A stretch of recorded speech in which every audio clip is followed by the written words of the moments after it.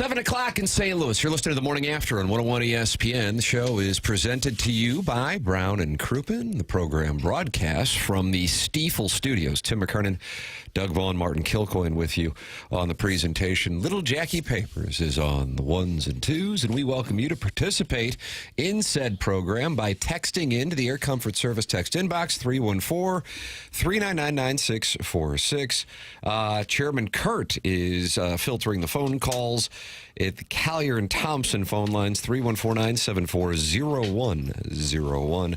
And then you've got that Michelob Ultra YouTube chat where friends gather, Doug, and maybe the numbers will be high again because people will be staying at home again today. You said you took 7 miles an hour on 270 to... 70. I drove 70 miles an hour to get here. And everyone else was doing 70 as well, some more than that. Well, thank God all the schools are closed and people are staying home so that you could get here. Yeah. Thank you, Martin. So that Doug's path was clear. Well, it was pretty good crowd on 270. Okay. It was not the normal flow, but it was pretty well traveled. Not like it was empty and just me going. Traffic moving very well. Okay. Between, at least I should say where I was, like between 44 and Olive, it moved lickety-split. All right. Well, we're back up and running, St. Louis. Let's go. Let's get some work done today. This is a best of, but we encourage you to get out there and work. Martin, is your son back at grade school? Son back at the Christian Brothers College? What do we got going on? We've got Nearings off today. CBC, late start. Wow, that's interesting. Usually they're kind of in lockstep, I know. I thought. Well, when Parkway closed yesterday, I said, here we go. Domino effect. They're all going to close. Grade school, regular school day. Yeah, that's what I got going, too. One high school late start, one high school close. So it's a wild card today, which is no fun. It's kind of nice to have it all the same. Yeah. But I think, my theory is, if you're at a grade school, the kids generally live nearby. High school, you got kids from all over the place. Right. And they probably have to take that into account, that some people are from far away and maybe it's harder to get there. I think the late start's the move. Take your time, but let's get back to work. Let's get back to work, everybody. I agree with the grade schools being close, but there are also a lot of grade school kids standing out there in the snowbank waiting on the buses. This is true. Gee, Doug's gone soft. I didn't see it. Yeah. Look at you. Don't you? What about when your great-grandparents were on the plains of Kansas? Did they get up in the morning and get to work? Oh, they didn't have things called jobs back then. They were all just hand-to-mouth, day-to-day. Can we find a bison to shoot on the plains and eat? That's what I'm talking about. Did Jacqueline have Daddy drive her to work today in the icky snow and cold? Did Mommy walk you into the office so you didn't slip and fall in your bum? Be a man! That's from Lady Sonia's teacup. Not happy that Jackson was driven to work yesterday by his father, Jeff, who appears on Movie Boy this week with me for the Landman discussion. No, I drove here myself. Look at that. All right, look at you. All right, Jackson, way to go, buddy. Boy is doing his best. I did it. Boy, you did it. Dug myself out yesterday. And you shoveled? Yeah, that's right. Oh, my word. And I'll be honest, I don't do these things for credit. But I have a neighbor who's an older woman, incredibly lovely. Her car buried. You know what I did? Wasn't asked. Cleared her out, too. Said, well, I'm at Look it. at this. This is a single man, ladies. This is a single man right Is here. there a press release that's coming with this? Yeah. I definitely didn't want pictures, but then I might have called a couple of news outlets. There you go. And I said... Tonight, Jackson Burkett digs out a neighbor doing the right thing. And I turn around at the giant camera and I say, come on, can't a man just do things in the privacy of his own apartment? What are we doing here? And I'm yelling at them. Meanwhile, I called them. Good for you. That's very TMZ. I don't want any attention. All right, real quick, what do you got? A couple quick ones, and then I got to run. Yeah, and then I destroyed the camera just to punctuate. You charge this lady a Benjamin? No. Didn't even tell her. Just did it. Nice. That's good. That's what you're supposed to do. Helping out your fellow Do the right thing. Spike Lee. Danny Aiello, right? Danny Aiello? I think so. John Turturro. Shoveling snow can be dangerous for older people. Yeah, and it was like, it's not that it's hard to shovel this snow, there's just a lot of it, you know? It's fluffy and light. Yeah. Not bad. Good job, Jackson. That's a panty dropper. That's from Jake in St. Genevieve, whose panties dropped. Yeah, I didn't do it for the love or the admiration. What about for Jake? I did it for Jake. There you go. Yeah, I did it for the male listeners. That's what I did. But moving forward on your resume, they're like, oh, that's so cute. Are you the guy that shoveled out the old lady? Yeah, kind gentleman is what And they find out your neighbor is like a 400-pound guy from Slovakia. Like, wait a minute, I thought there was an old lady over here. But it sounds good. Yeah. I imagine a lot of schools and businesses, for that matter, stay closed over an abundance of caution for fear of someone stepping on their property and slipping and falling, and they say, well, why didn't you close? You knew there was ice out here, and then they get sued, and it's a whole thing. I bet that's a factor. Probably doesn't hurt. Just be, what is that, err on the safe side, Doug? Yeah, Err on the I think safe so. side. Yeah. You're welcome to call in with your stories of adversity in these conditions, and maybe to give Jackson a little pat on the backside for being the champion of the senior citizen community in the Central Corridor. 314-974-0101. Call in. Tuesdays are always for phone calls on the show. And then, of course, you can text in 314-399-9646. That's how you can get involved, in addition to the Design, Air, Heating, and Cooling email of the day. And, Doug, we have a new leader. Al in Dadeville has taken the lead with only 4 Design, Air, Heating, and Cooling emails of the day remaining in the month of January. He had no wins just a week and change ago. He's rattled off 3, and if he can keep the incel from the other side of the couch, Buck Swope, and somebody like Carlos Spicy Wiener, Mitch from Maryland Heights or Richmond Heights or wherever the hell he is, and Cougar Hunter Jake away, Shooter McGavin, this guy on Friday at about 10:50 a.m. here in St. Louis, Missouri, will receive a $10,000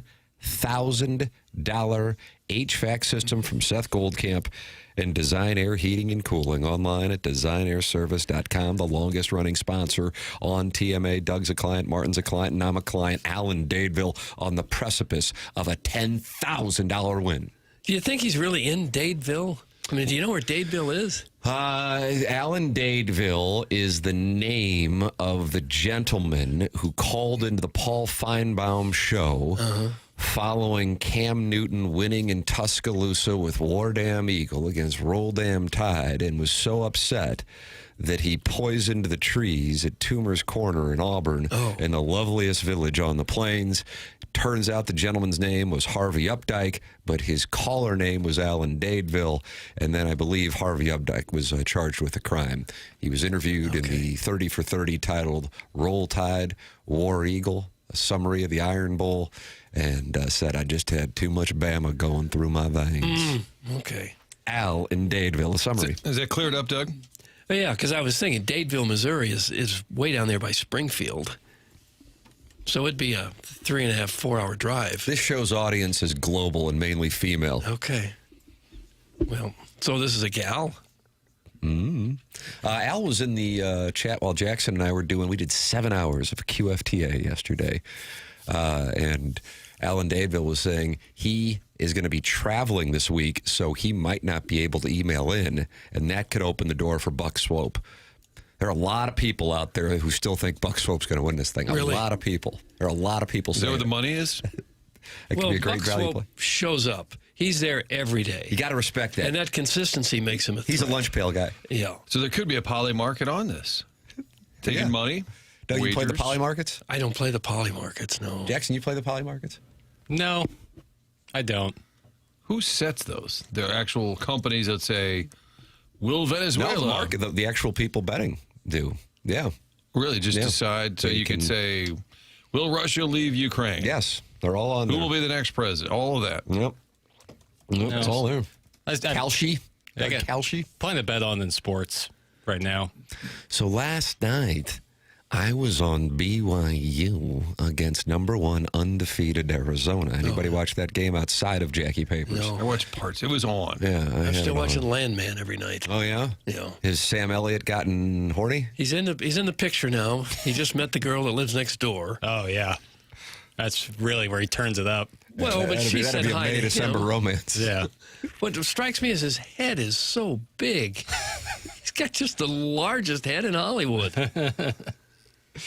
But go ahead, Tim. You know, and I was the way I like to operate in college basketball is when there is a quality team playing a top-ranked team, and by that I mean a top 10 team where everybody's fired up for it, I'll go money lining with the home underdog.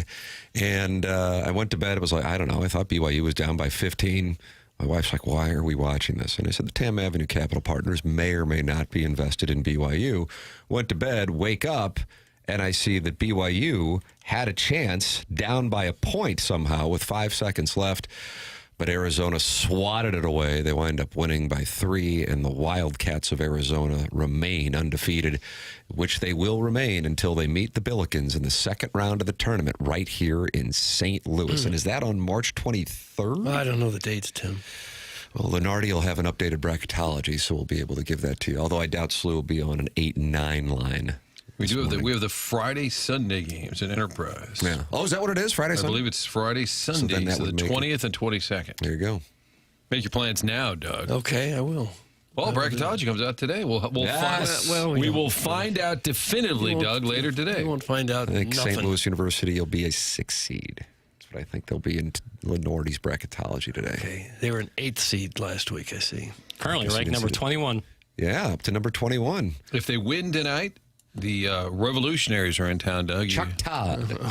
If they win, they'd be 20-1, best start in school history. How about that? Tickets at SLUBillikens.com. That would be the best start for most schools in team history, I think. I would think. That's a tough run. You know, I'm thinking maybe it's not as good for the national story, but maybe to have a loss takes a little bit of the pressure off to stay undefeated all the time, because there is a little bit of a weight that goes with that. I'd rather they were undefeated, of course. But sometimes if you get that one out of the way, then that doesn't become the narrative for every time you take the court. You're talking about Arizona and Lute Olson. No, I'm talking about St. Louis U. It is. What about Nebraska and Danny Nee? Well, yeah, I'd like to see them. That is a take. It's a strong take. It's one of the best takes ever. I thought so. I think Danny Nee's bunch meets their maker tonight in Ann Arbor. 10.5 points, the number, as they go up against the Wolverines. Jackson's favorite to win the national championship. No, I've been saying Arizona. Oh, is that right? Been saying Arizona. I thought you said Michigan's a bucket? They're a wagon, but Different than a bucket? well, a player can be a What are you bucket. talking about? A team can be a wagon. I think that's a good distinction. Since Arizona played UConn, once I saw Arizona play UConn in November, I said, that's the national champions. Arizona There you go. is next level, physical, loaded. They're unbelievable. They are a unanimous number one in both the AP and the coaches poll. At least they were last week. They are, to go into a BYU building like that and win wire to wire like that is crazy. For the record, ILL number 9. That seems like being underrated from my standpoint on ILL. At the same time, who would you move them ahead of? You know, just by my point being, it's tough for me to imagine there are 8 teams better than Illinois. That's what I'm saying. At the same time, when you look at who's ahead of them, who would you go, well, probably Nebraska's in for real, but is that because it's kind of the way we looked at Indiana in in football, that Nebraska basketball can't be that good? Jackson, you're laying the 10.5 tonight with Michigan? Yeah, no number I'm scared of with that one. How about that? A shipping. Yeah, Michigan is Guess I'm going a wagon. They're a going wagon. Labs Do they right have now. buckets on that wagon? Yeah. Now, what is St. Louis U if not a wagon? What would they be? Scooter? Man, what is St. Louis U? Uh-oh. Firecracker. Kwame Vayukas is about to text in at 314-399-9646. He will not be happy to hear the Billikens are a firecracker. What's Missouri? A wobbly wagon? Slow-moving Zeppelin. Slow-moving blimp. Zeppelin. That could still do some damage. And maybe if it gets a little, it's a little more speed and it's giddy up, it could do something. But at the moment, it's a Zeppelin. Floating above the SEC. So your Billikens haven't lost a game in 2 months.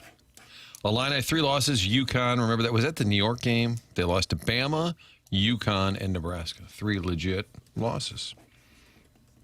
And now they've got Nebraska again on Sunday, Doug. You're going to go to Lincoln. Will the Four Fox be in Lincoln? Well, only you can answer that. Okay. Well, soon they'll all be merged, so I will be able to answer that. Billikens have George Washington tonight. Chuck Todd's Revolutionaries. Yeah. And George Washington is pretty good, 13-7 overall, 4-3 in the conference. I think they were expected to be a little bit better. Yeah. I would like it on the jersey if it said Chuck Todd's Revolutionary. Instead Like of his signature, his autograph. Instead of just Revolutionaries. Good morning, all. I am formally requesting an update on Jackson's power ranking of area college basketball teams. Thank you. That is from Kwame Voyukas IV. Jackson? No. Excuse me? I won't do it. Oh, you could do that. It's Illinois, St. Louis, and Missouri. I don't want to do that. Why not? Because you're a I don't true want son. to. Doug, do you consider this to be insubordinate, or are you looking at termination? Sort of. Give us a ranking. No, because it's disingenuous. It's bad faith. Kwame Vukas is only doing that so he can text 100 times how much of an idiot loser I am, and I refuse to participate in that sort of pageantry. But it seems pretty obvious, doesn't it? No, it doesn't. Maybe St. Louis could play with Illinois. I think they probably No could. shot. Oh, No God. shot. Boy, I'm he sorry. was holding I'm firm truly on the art of war, and then all of a sudden, Doug, I'm truly in a sorry. brilliant Phil Ivey-like move, makes the play on not comparing St. Louis U and Missouri, but St. Louis U and Illinois, Yeah. and that's when you got your read. Wow, that was brilliant. I guess we can dance around and say yeah, they could probably play with them. No shot. So you want to say it's Illinois, Missouri, St. Louis U? I don't want to say anything. I didn't want to do this. You and your quilted jacket have me all wrapped in a little ball That's over what here. Silk wore in the Freak Me video. I like that. Coward! That's from Brian Henshin. I love Brian Henson. Coward. I hope the seem Colts like- are still the alternate for the Super Bowl. It didn't seem like a real controversial question. I just don't think they're necessarily in the same category. I think Illinois is a true title contender, and I think SLU is one of, if not the best mid-major in the country. Okay, so then it's Illinois, SLU, and Mizzou. I don't know necessarily.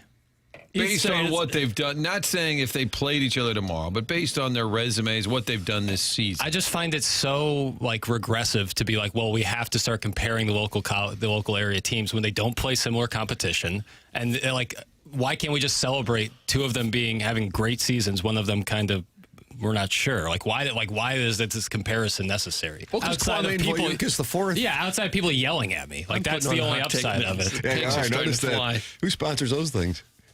Might be open for Pondorf? business. Oh, is that right? It's the only piece of real estate available. Get on it. Yeah. All right. Well, Jackson will recuse himself from ranking the three area college teams. So if you had a top 25 vote, would you just put NA and just submit it? Well, if it was, Abstain? no, I would vote, but that's for the schools at large, and also rankings are ultimately unimportant. Net rankings and KenPom is important. Kwame Voyoukas the fourth says that's all I needed to hear. Just got to let him dig his own grave. It's Kwame Voyoukas the fourth. Whatever.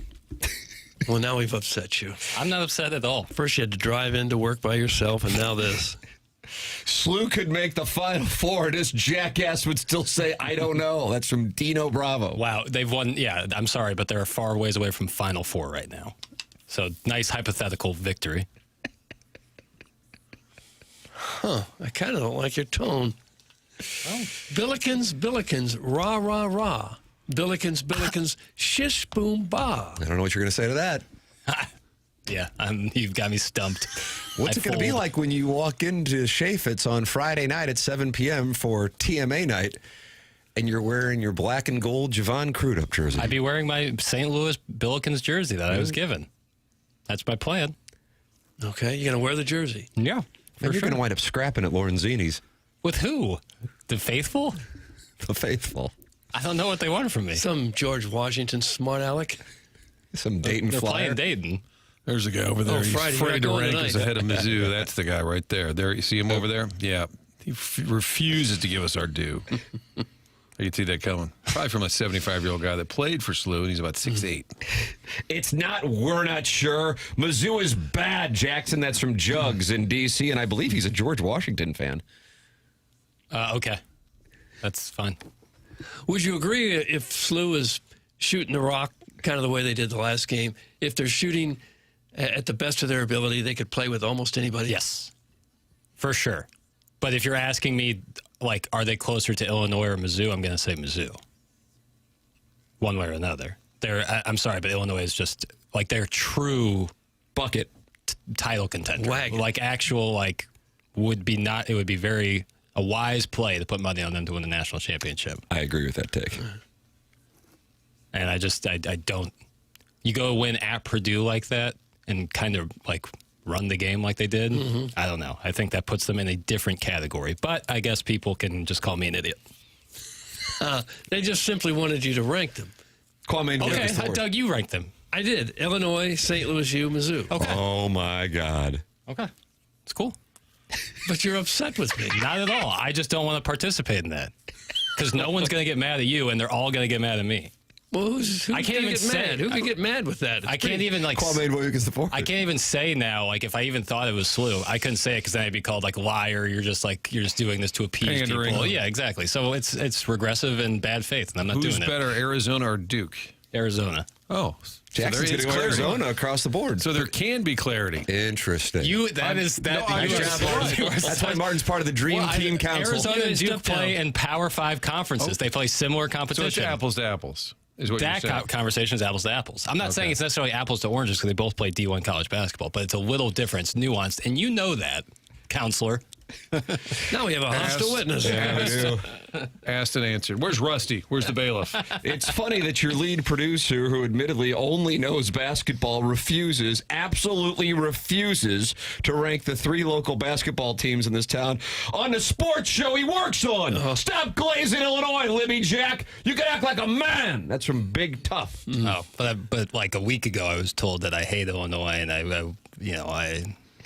say I watched their game with clenched fists. That's what someone said. So, yes, whatever narrative fits, Jackson, who's better, Duke or Michigan? Thanks. That's from the amateur proctologist. Michigan. So you got an Arizona-Michigan championship game. Yeah, I could absolutely see that. But Arizona will win. Michigan plays Illinois on February 27th in Champaign. That's going to be a ball game. How do you do? Illinois can play with anybody, Arizona included. What about the Billikens? I think that they would handle the Billikens. No offense. Kwame Boyukas the fourth. Okay. I played second at the SLU intramural 3-on-3 in 2004, so I'm kind of an expert. Jackson sounds like an ass right now. That's from the Possible Burner. Whatever. He had a good week of pickup basketball. Sure, whatever. Jackson hating on Catholic universities. Stunning. That's from the Hunchback of Vaughn Castle. So he thinks it's an agenda-based. It's a religious crusade? Wow. That didn't even cross my mind. Mine either. I just thought it was a size situation. Yeah. Well, it's unfortunate that it's come to this. Hey, Jackson, who's better, the Zags or Houston? That's from Jackson's Beer Pool. Houston. Okay. I think Houston's better. Houston ranked 10, Gonzaga 6. Yeah, I still like Houston better. Have him rank the WNBA teams. That's from the mayor of Burkesville. We got to have a season first. Mizzou would destroy SLU. That's from Evil Calvin. I don't think they would destroy anybody. No. Jackson using the argument that SLU doesn't play anybody while the team he simps for played a worse non-con and outright refuses to schedule SLU is hilarious. That's from Kwame Boyukas the fourth, who might scrap here today. He might scrap. I don't know. Whatever. That one got you. No, it did. It's just it's bad. Again, bad faith. I'm not saying that they don't. I'm not saying it's their fault they play the schedule they play. That's just the reality of it. Mizzou in the last 2 weeks has played 3 times as hard a schedule as SLU has played in the last 3 weeks. That's just that's what we're talking about here. But it's not anyone's fault. That's just the situation. Why am I even trying to have Don't get angry. a logical argument with this when these people are illogical or doing it just to get my goat? I'm not That's doing what it it anymore. is. What do you expect? Okay, but everyone keep pressuring me into it. What do you expect out of Mizzou tonight? I work for threesomes for the same people. The Bama team has got the kid who was in the G League, and apparently Charles the courts Bediako. have now Yeah. ruled. I saw Power Mizzou Gabe saying last night maybe Mizzou should just dress Demoy Hodge, just bring him back. It would be a very similar situation. But what do you expect from the Bama's slipped a little bit, right? Didn't you think? Yeah, I mean, Mizzou kind Nate of. Oates, is he going to cost anybody tonight? Well, the Yeah, sport God. code and be grabbing people. Yeah, it was like a finger push he did to Aiden Shaw. It was like a finger that he extended out and supinated. For the record, Missouri, a 10.5-point underdog tonight, plus 490 on the money line. Billikens minus 9.5. And Jugs in D.C. Our George Washington alum says George Washington's a lock tonight at plus 9.5. How about that? Really? We're getting plays sent into the show.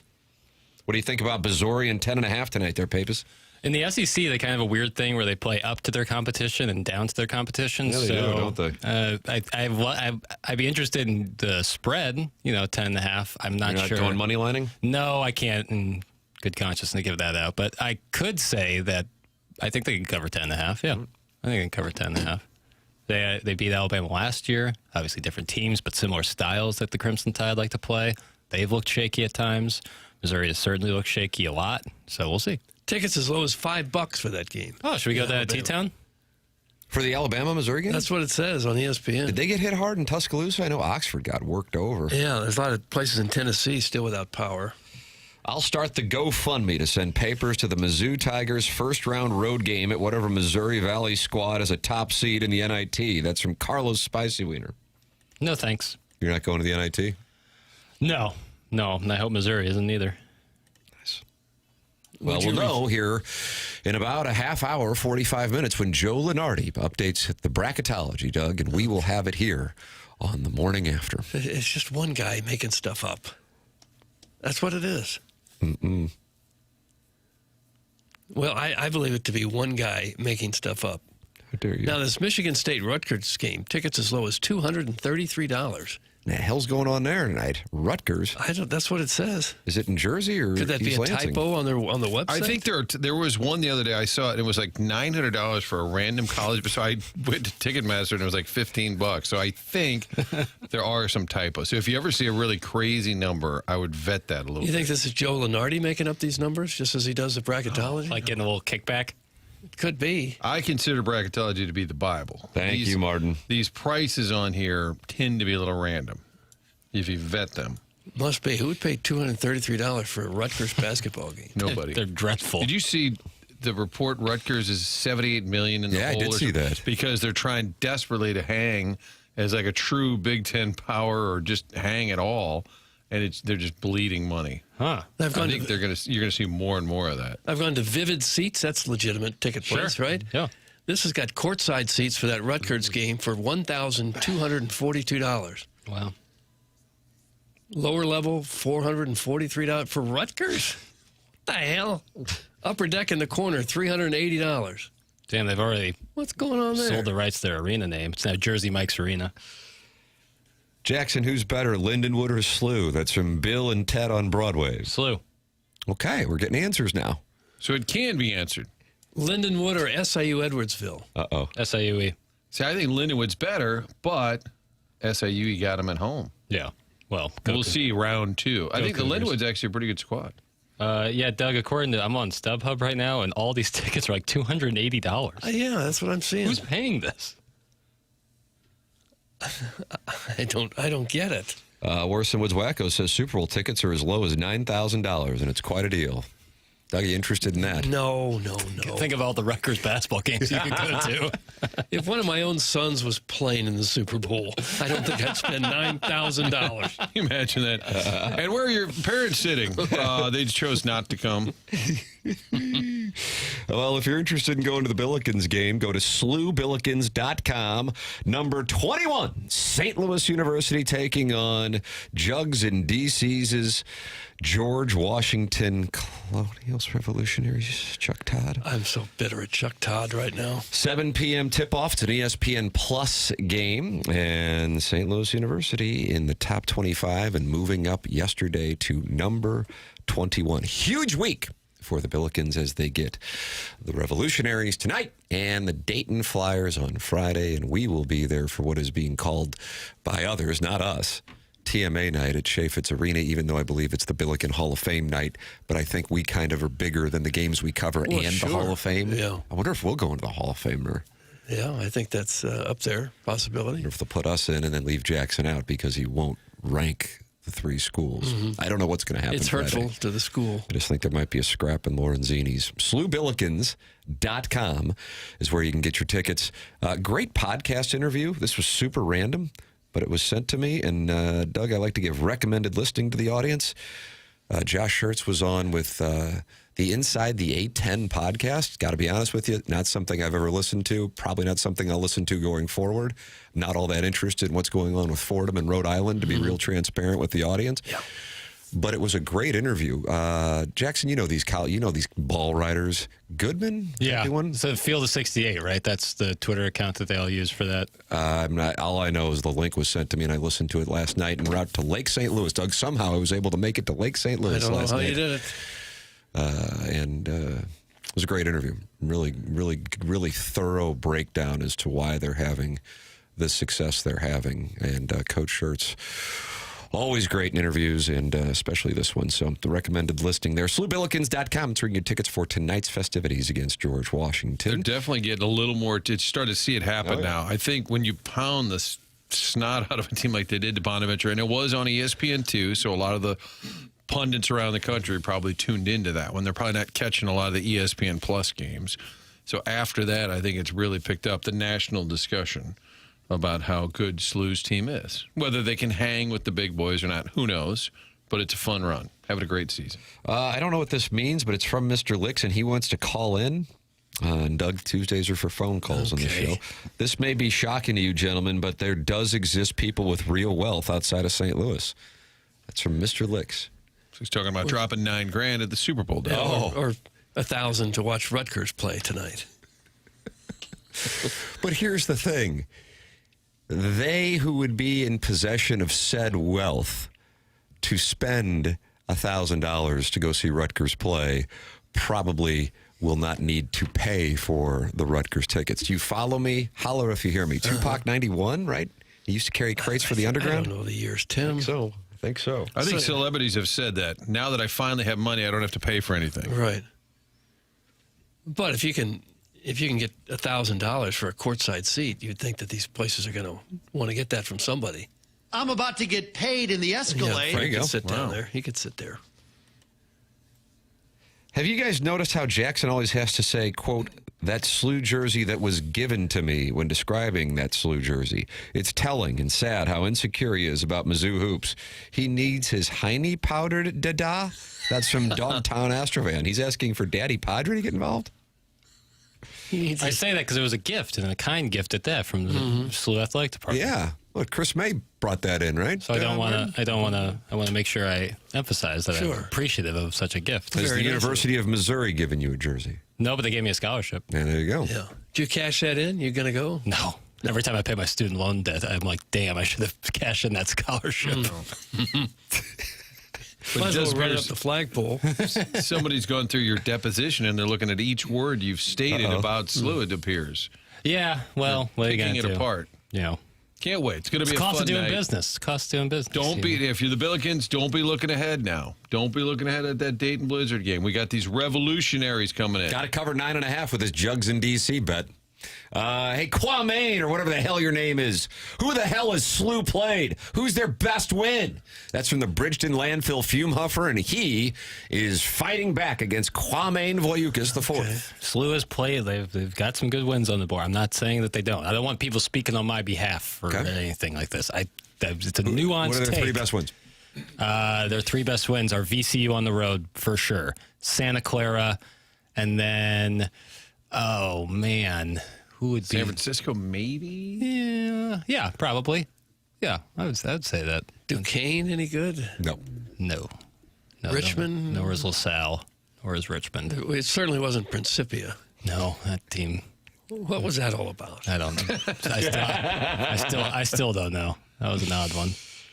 Jackson, rank which fan base of the three locals would be the best to swing with on a cold Saturday night? That's from the Swing Haven board member. Based on the recovering alcoholics text, I'm going to go with Illinois. You think ILL's one? Is that ILL, right? They're sporting? It's cold up there. For whatever reason, not many trees in Champaign. And that helps with What swinging? does that have to do with Nowhere it? to hide. That's a good take. Yeah, thank you. It's really flat. Isn't and it open. weird? Yeah. There's no trees. That's a good point. Yeah, no trees. So I'll go Illinois 1. I've been at Faroe Field too many times to put Mizzou 2, so we'll go SLU 2 because they got some money. And then, we'll go Mizzou 3. SLU has more money than Missouri? Per capita. Yeah. And if you have more money, you're better to swing with? Well, at least nicer linens, Oh, my word. if nothing else. Nicer linens. Yeah, thread count. Is that a question right after, are you ready to swing? What's your linen sitch? It's not something you mention. You just kind of, it's like a surprise when you get there. I guess. I don't know. I've never. So do you cough or thread count? Is that one of the moves? Yeah. I wonder what all these new SLU fans will do next year after Schertz leaves for a Big Ten job here in a couple months. That's from Little Judy Suckins. That would be heartbreaking for sure. It's going to be hard to hang on to him. They're going to have to pay him. Martin, can I ask you for a percentage that he's the coach this time next year? I think that's a great question. trying to think of the Big Ten jobs that would open. Yeah, Papers would probably know. I mean, one of his best friends is in the Big Ten, Dusty May at Michigan. Michigan's Tom Izzo's final year. Is it? Yeah. This year? He's said that this is I didn't know that. Izzo's last run. How did I miss that? Well, now you got me concerned. He's that I probably have got an bad assistant information. that's been there 40 years. That's just I mean, he'll reading pick his predecessor without a doubt. percentage Successor. Schertz next year. 70%. I'll say 71%. There we go. Wow. I like hearing Probably that from you market. guys. I think so. He seems happy as can be, and he does have a track record for staying put for a long period of Yeah, time. at Lincoln Memorial. Yeah. I mean, that's the key thing. He didn't even want to leave Lincoln Memorial until the president at Lincoln Memorial said, hey, you really need to go interview for this Indiana State job.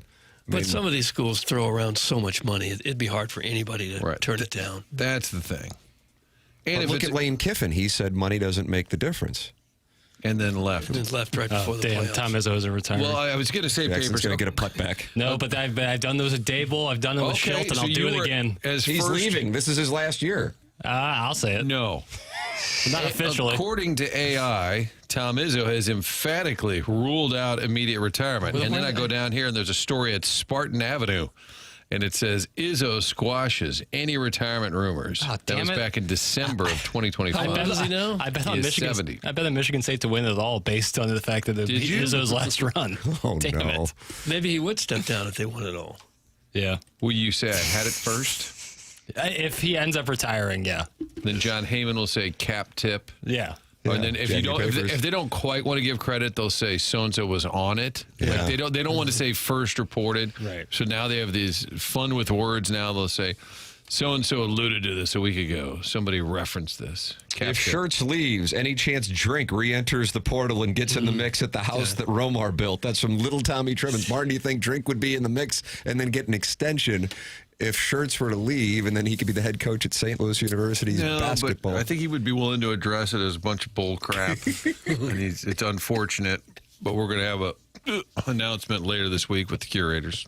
If sure. We got Gary Pinkel waiting, and I want to talk some Mizzou. Coach Pinkel can come out of retirement. Even if Schertz gets an interview somewhere, Drinkwitz is going to have to get a pay raise. Yes, that's how it works. Mr. Licks is adamant on wealth being outside of St. Louis. You're right, Tim, but wealthy Rutgers grads are a different breed. Jersey Shore plus money equals a strange combination of Melville and Huntley melded together. That's from Mr. Licks, who will be calling in because he's got an issue with the 2 Fox Martin, and I don't know what the issue is. That's 314-974-0101. Callier Thompson phone lines, 314-399-9646. Air Comfort Service text inbox. You got the Michelob Ultra YouTube chat where friends have gathered this morning to talk it over, like Willie's Customer Care, Jack Hoare, and Deep Voice Dude. They're all in there talking it over. 196 friends at youtube.com/TMASTL. It is the morning after, presented to you by Brown and Crouppen on 101 ESPN and the TMASTL YouTube channel.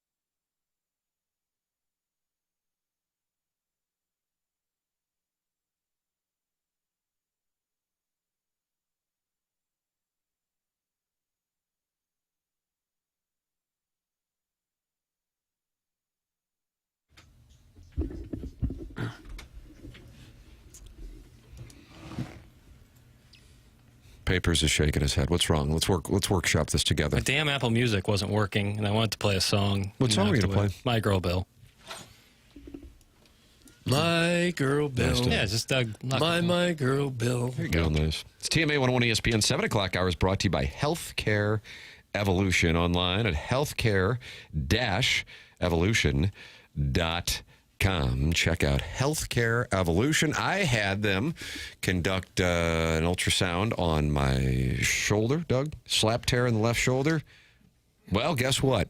It's all good now. Is it really? Yeah. And it is wonderful to be able to go somewhere and get in within 24 hours of reaching out. Reach out at healthcare-evolution.com. Doug, you went out there on Friday. What was your experience? Oh, great. Wonderful people, knowledgeable people. They gave me a little ultrasound on the shoulder, gave me a little injection, and it's they said it's be about 2 weeks before you feel better, but it's starting to loosen up already, and it's only been like 4 days. If you have an injury, there is a good chance that it's going to take a week or two to go in and see your primary care doctor, who then will most likely send you to a specialist, and then at some point in a month or two, you'll get some treatment after going to see a physical therapist, and it is a brutal process that doesn't make the pain go away. That now changes with healthcare-evolution.com. They've helped TMA listeners get back to the things they love doing. We helped Scott get back to lifting weights, Matt back to hockey, Nicole back to coaching cheerleading with her daughter, Freddie back to bow hunting, Dave back to work, golf, tennis, soccer, softball. What do you need to get back to? It's ultrasound guided precision placement with regenerative treatments right where your body needs them. Healthcare-evolution.com. How can Healthcare Evolution help you get back to living your life? Healthcare-evolution.com. It's a free consultation, and you can be there. It's in the St. Louis area. You can be there within 24 hours. Go to healthcare-evolution.com. Tim McKernan, Doug Vaughn, Martin Kilcoyne with you from the Stiefel Studios here on 101 ESPN and the TMA STL YouTube channel. That's how you can get involved. Chairman Kurt, active phone lines. Is that what we got going on here? Yeah, we got 2 people on the line. Who do we have? Doug will do a Sadie Hawkins. We have Biff. Okay. And we have Larry Nickel. Wow, heavy hitters out of the gate. A lot of new folks calling into the show. Okay. Well, let's do Biff, and we can save Larry for the wrestling recap a little. Oh, yeah. Well, Larry is going to be pissed, just so you know. Okay. Well, Blame it on Doug. all right. Biff, what's up? Biff. Biff. Hello, Biff. All right, maybe we ought to do Larry Well, first. the good news is when you went to Biff, Larry dropped, so now we have no one. Oh, there it is. God. So Larry gets that mad that I'm telling you. you chose Biff over him. Call back, Larry. I apologize. So this is what Tuesday's show is. Larry Nickel called in with the wrestling recap. We chose not to go to him, and now we're begging for him to call back. Okay, yeah. Well, here are the My texts bad. from Larry today. People can pay $1 million for the WWE Wrestling Recap. I would like to swing on in with the WWE Wrestling Recap. I have a 100% chance to do the WWE Wrestling Recap. Fun with words. WWE Wrestling Recap, and Mr. Licks needs to take a long walk off a short pier. Those were all from Larry Nickel in the last 15 minutes in the Air Comfort right. Service text inbox. Call in again, Larry. He's proud of his brand. Doug, do you want to do the wrestling recap? I didn't watch it. I haven't seen the show for 3-4 decades. You record it, watch it later? No, I don't. We wanted to ask, when we are at spring training, will we be able to get a picture with the dais, as well as selfies with radio legend Tim, sports broadcasting legend, and our personal fave, Doug, as well as introducing our 26-year-old daughter to Mr. Jackson Burkett, and, of course, shake Mr. Martin Kilcoyne's hand. See you there. That's from Doug's Navarre Beach Fan Club. Navarre Beach, where would that be? I don't know. I just read what's in the prompter. Is that down there in Florida somewhere? It's from the area code 850. I would assume that's a moneyed area of the Hamptons or Southern California. San Diego, perhaps? I just don't know. It's in Pensacola and Destin. Oh, okay. Okay, well. The Emerald Coast. Ah, yes. I'll take it. Larry's back. Oh, good. Doug, So is Biff. wow. Doug, who do you want to go to? Doug, who goes first? Who do you want to go to first? Is it Sadie Hawkins? I think you should go to Biff. No, I can't do it to Larry. We got to go Okay. to Larry this time. We begged him to call back. Larry Nickel is on the Callier and Thompson phone lines with a WWE recap. He also ranks the top 5 countries in the world. Some people All think right. it's based on GDP. I'm not sure. Good morning, Larry. Good morning, guys. What's up? You seem like you might be mad as a hornet at Doug. For what? Okay, good. Wow, I was All right. worried there. We just had a mix-up on the phone calls a little earlier, and then you hung up, so I thought you were upset with me. No, I did not hang up. Talk to Jackson about that. Okay. Whoa! Jackson, you disconnect Larry Nickel? I might have pounded the phone a little hard and dropped him. Oh, my goodness. Well, I thought he hung up, but then when he said that, I was like, yeah, that probably happened. My bad, Larry. Okay. But anyway, before I do my recap, you guys were bashing Jackson about ranking local sports teams. That's right. Oh, yeah. I'm going to do it myself. Okay. Okay. You are the rank master general. Well, go ahead. There is a 6-way tie for first place with local sports teams in college, which involve Mizzou, SLU, Illinois, both campuses of SIU, and Lindenwood University. All tied for first? Yeah. Yes. Okay. Skipper couldn't pick between those 6. Not one of them. That's a really solid club. All right. Well, Yeah, anything that's else what for we us? Like I said, let's do the recap. Okay. Last night there was a fatal 4-way match to determine the number 1 contenders to the World Tag Team titles, which are currently held by the Usos, Jimmy and Jay. And teams were Alpha Academy, Los Americanos, the Creed Brothers, and the New Day, who, by the way, I had the opportunity to interview when they were at 590, which is now a different radio station. That's right. Wow. That's good.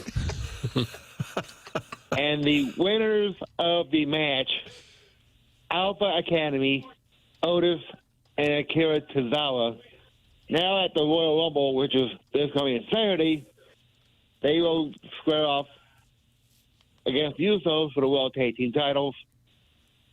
And side note, Martin, I have it on Channel 2. Okay, I was going to ask. Okay, and then there was a 6-woman tag team match. All right, hold on. We're going to go to Biff real quick. We'll be right back. No, I'm kidding. Anyway, 6-woman tag team match. Raquel Rodriguez, Liv Morgan, and Roxanne Perez representing the Judgment Day against the women's tag team champion, Rhea Ripley, Io Sky, and the women's world champion, Stephanie Vaquer.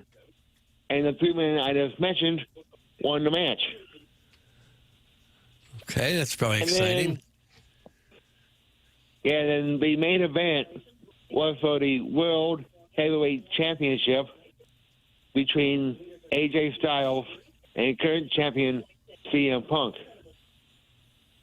And it was a no contest because Finn Balor interfered and threw the match out for the main event. Don't the fans hate that? When somebody comes out of the back and interferes and they call it off? Yes. But they do it anyway to set up a match for a pay-per-view event, no doubt. Well, knock on wood, let's hope they do make it official. Number 4 will be Mexico. All right. Number 3 will be Brazil. Well, sure. Number 2 will be Canada. All right. Number 1, United States of America. Yes. Okay. Doug, listen, it's Freebird. Are we giving tickets away? They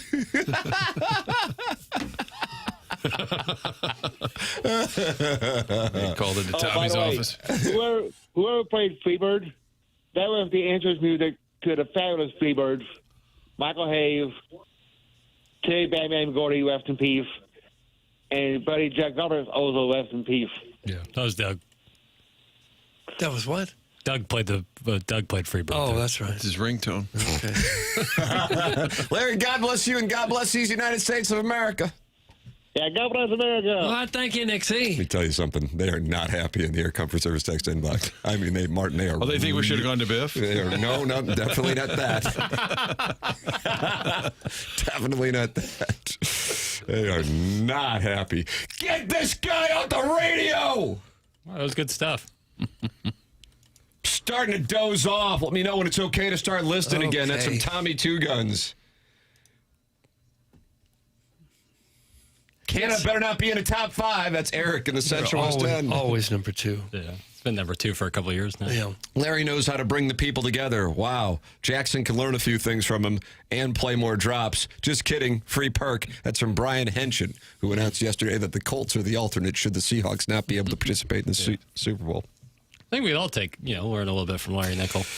The other listeners are clowns. That's from Angry Dan. That was the best call of the year so far. That's from Big Tuft. Yeah. I think so. So the polarizing figure, Martin. Larry Nickel, his call polarizing here on 101 ESPN. Well, I think he does a service. You don't have to watch the wrestling. It's all a recap for Right. you. You It's don't have to sit and important. think about the best countries in the world. He does it for you. Doug, I've got breaking news for you. What? You're going to have to stick around, though, till after the break. Okay, nice tease, yeah. all hell's about to break loose. Wait till you hear what I got for you. What's the subject matter? You'll have to That's a stick good around. tease. It's a Thank you tease so of much. all teases. It's coming up on the other side of the break. It's TMA 101 ESPN.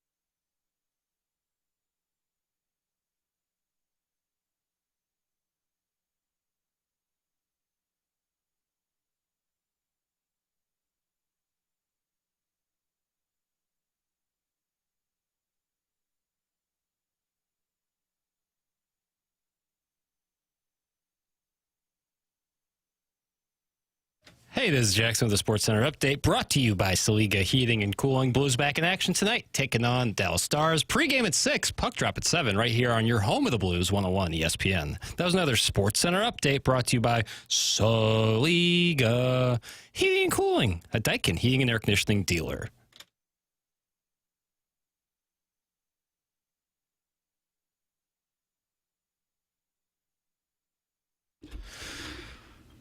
Crisscross, Doug, spelled with a K, and then there's a Mac Daddy and the Daddy Mac. Any significance here?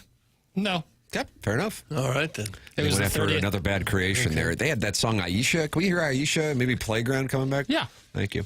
It's TMA 101 ESPN. Doug Deep Tease here for the start of the Fisher Window and Door Store 8 o'clock hour on the morning after. A show presented to you by Brown and Crouppen. Tim McKernan, Doug Vaughn, Martin Kilcoyne with you. You're welcome to call into the Callier and Thompson phone lines at 314-974-0101 or text in 314-399-9646.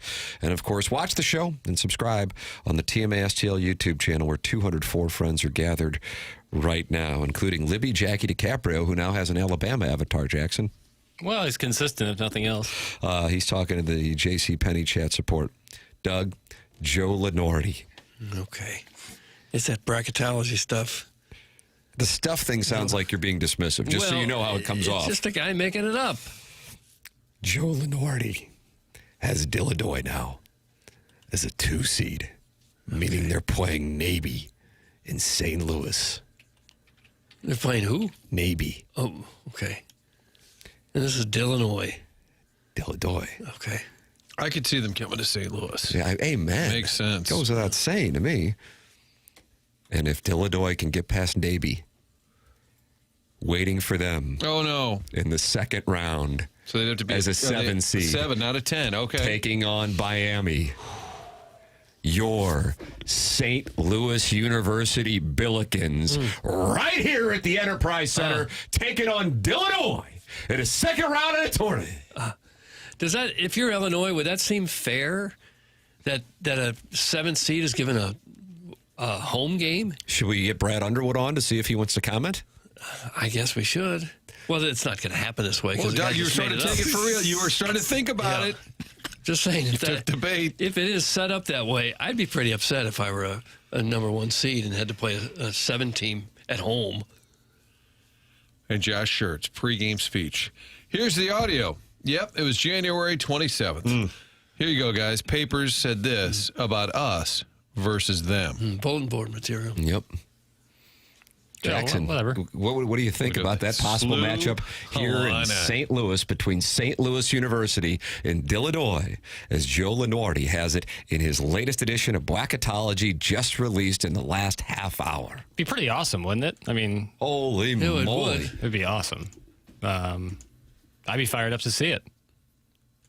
I don't see necessarily- Missouri's name in here. Well, there's a reason for it.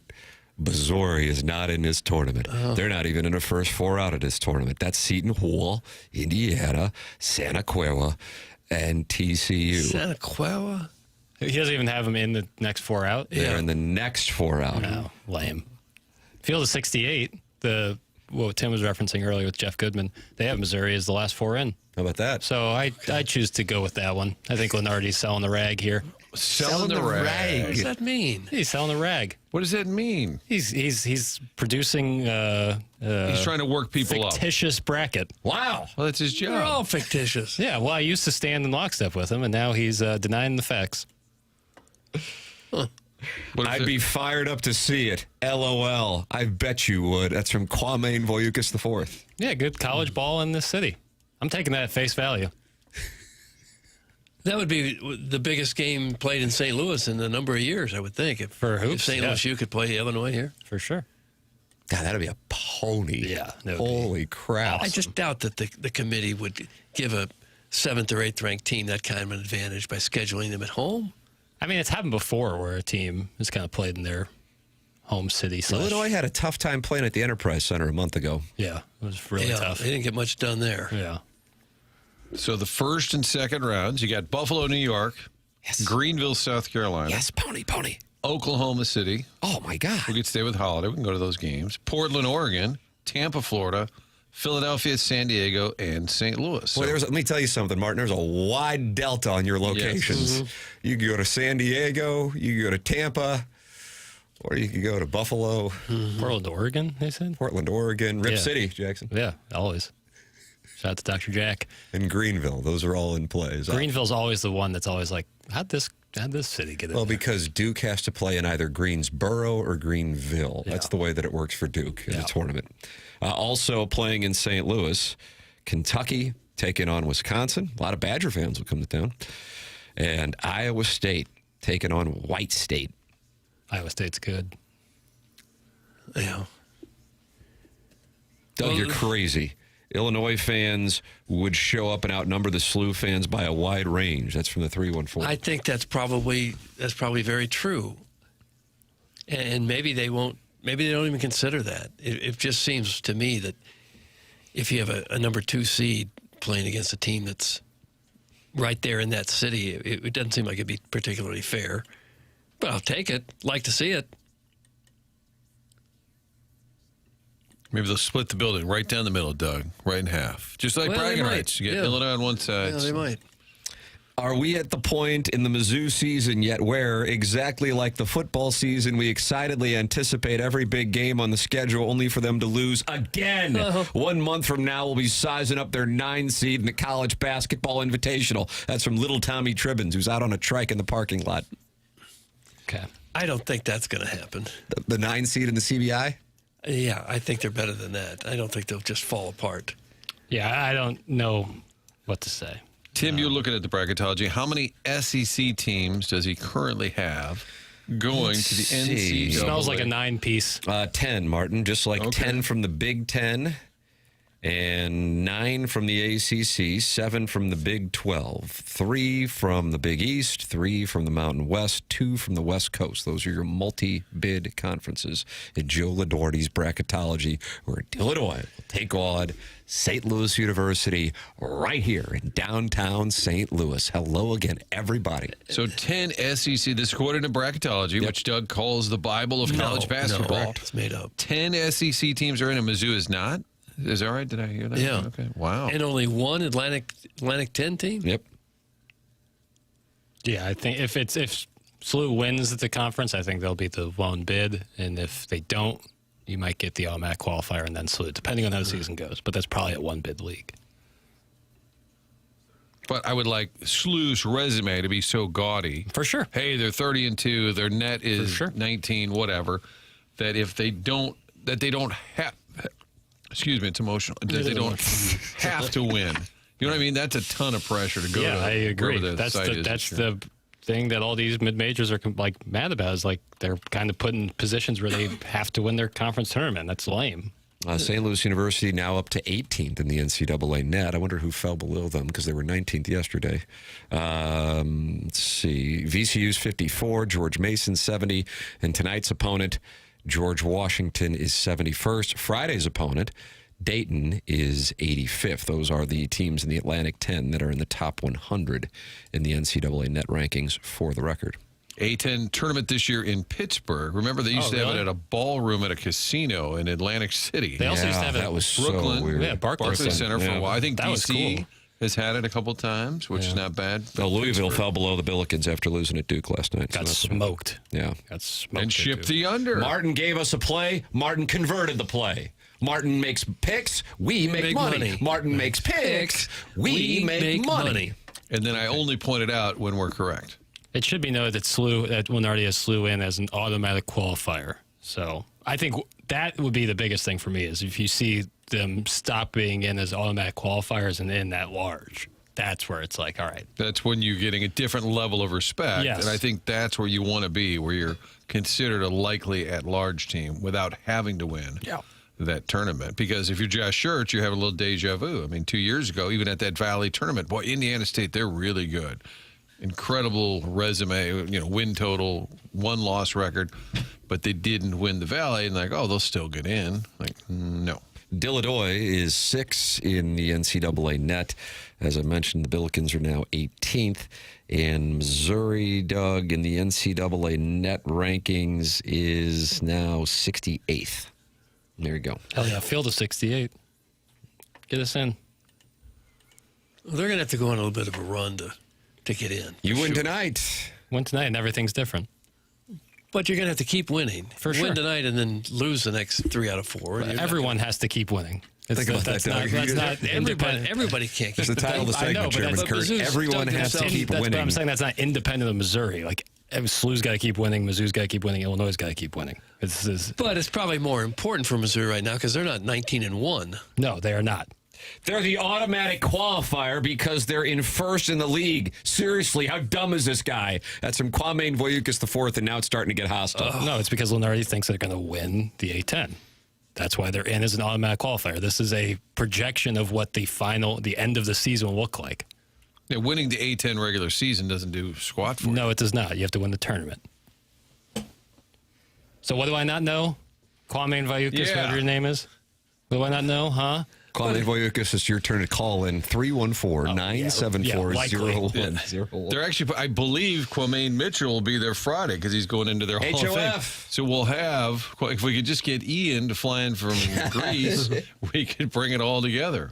I would think if St. Louis U goes, I don't know how many games they play, but if they were 28-2 and lost the final game of the conference tournament, I think they would still get in. I would agree with Kwame you. Voyoukas says he's calling in. Here we go. Here we go. Big More than moment.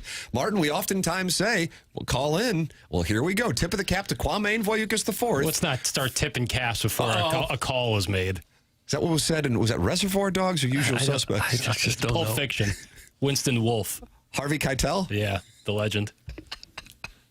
So we have 11 games, Billikens, 11 games to go. They're 19-1. So, Doug, can I sell you on 9-2? Maybe that's bold. What if I just said, 8-3, just to be 27-4. So they're either 27-4, Doug, or 28-3 going into that A10 tournament. Let's say you get to the conference title game and you get to 30. You're going to be right around 30 wins. I think they would get in just because now that they're ranked, if they go 28-3, I would think that they're probably going to still be ranked. I agree with you. I think, you're at that number. You're north of 27 wins. It doesn't really matter. It looks to me, by the time it's all said and done, they're going to be right around 30, based on what we've seen. Yeah, then I think they'll get in with sweat-free. Bro doesn't even know you need to win the conference tournament. Sit down. That's from the Bridgeton Landfill Fume Huffer. And I think he's talking to Kwame Voyoukas IV. Who's calling in? Who is calling in? Threatening? No, he is not. He is not? His phone lines are bone dry. Oh, my goodness. It's a defining moment for Kwame Voyoukas IV. Martin, he's been one of your biggest critics. Hates And that- every surprise guest, and then 20 minutes into John Hamm. Okay, this guy's kind of fun. Okay. Hey, Lib, stop talking ball. You tell us that Arizona's going to win it all, but you should put money on Illinois to win it all. My God, speak out of both sides of your mouth. You must drive a Prius or a Subaru. That's from Lady Sonia's Teacup, who sent that in 4 times, Doug. Is that true? Because it's so good. You drive a Subaru? No, I don't. A lot of bumper stickers. No, yeah. Plenty of them. And I don't even remove them if they don't win the election. Just keep them on there. I actually kind of like Subarus. And Dole 96. when my son whatever it said, I cannot buy a Subaru, he said, you can't do it. I said, Why? not? Said that? Yeah, I They like them. run great and said they're no. safe. He said, no, this is not a car for me. Now the guy who wants to meet us all at spring training is sending in pictures of his daughter for Jackson to meet? That's creepy. And this is the guy from the 850. That's correct, Martin. So He's going to make the trek across Florida to come see the fellas. You got to lean through the gate. That's a long drive from Destin. Yeah. Down to Jupetown, but you know what? It'll be worth it. It's a love connection. And speaking of love connections on the Callier and Thompson phone lines right now, ready to have his showdown with Jackson Burkett, St. Louis University representative Kwame Voyoukas IV. Kwame, good morning. Hey, good morning, guys. How are we doing today? Welcome to the show. I mean, he actually called in. Good on you. Yeah. Well, I think there was just maybe some miscommunication I want to clear up with Jackson while I have the opportunity. So when I said Lenardi only has us in as the automatic qualifier, it's because that's how they rank. I did not do anything. You can look to the YouTube video. You dropped. What happened? Jackson's hands did not move. They That did was not a move. They are studying the film Rewind right the now tape. on the YouTube chat. My hands didn't move. I didn't touch anything. Just like that, the call dropped. Yeah, they could. The universe could smell the mistruth coming. You think there was going to be a mistruth? Yeah. The universe Yeah. snuffed it out? It was brewing. What, did he call back yet? He's calling right now, Doug. All right, there you go. So Call earlier name we had Voyagist to beg IV. Larry Nickel to call us back. Now we're begging a guy named Quamaine You're back. Mitchell to He's call back. back. All right, Kwame. Hello. Can you guys hear me? Yes. What did you do? Can you hear me? Yes. I don't know. That's all. That was. I think I'll take the blame for that. I'm not sure what happened, but All good. All good. yeah. Yeah, I'm What not sure else? where I dropped off before. You're saying that before he has him as an automatic qualifier because because they're currently in first place. And I was fully aware that automatic qualifier has to win the conference tournament. I'm saying they're only listed as an automatic qualifier because they're currently in first place. But if George Mason was still undefeated, they would also be listed as an automatic qualifier. So that's where I was coming with that, if that makes sense. it does.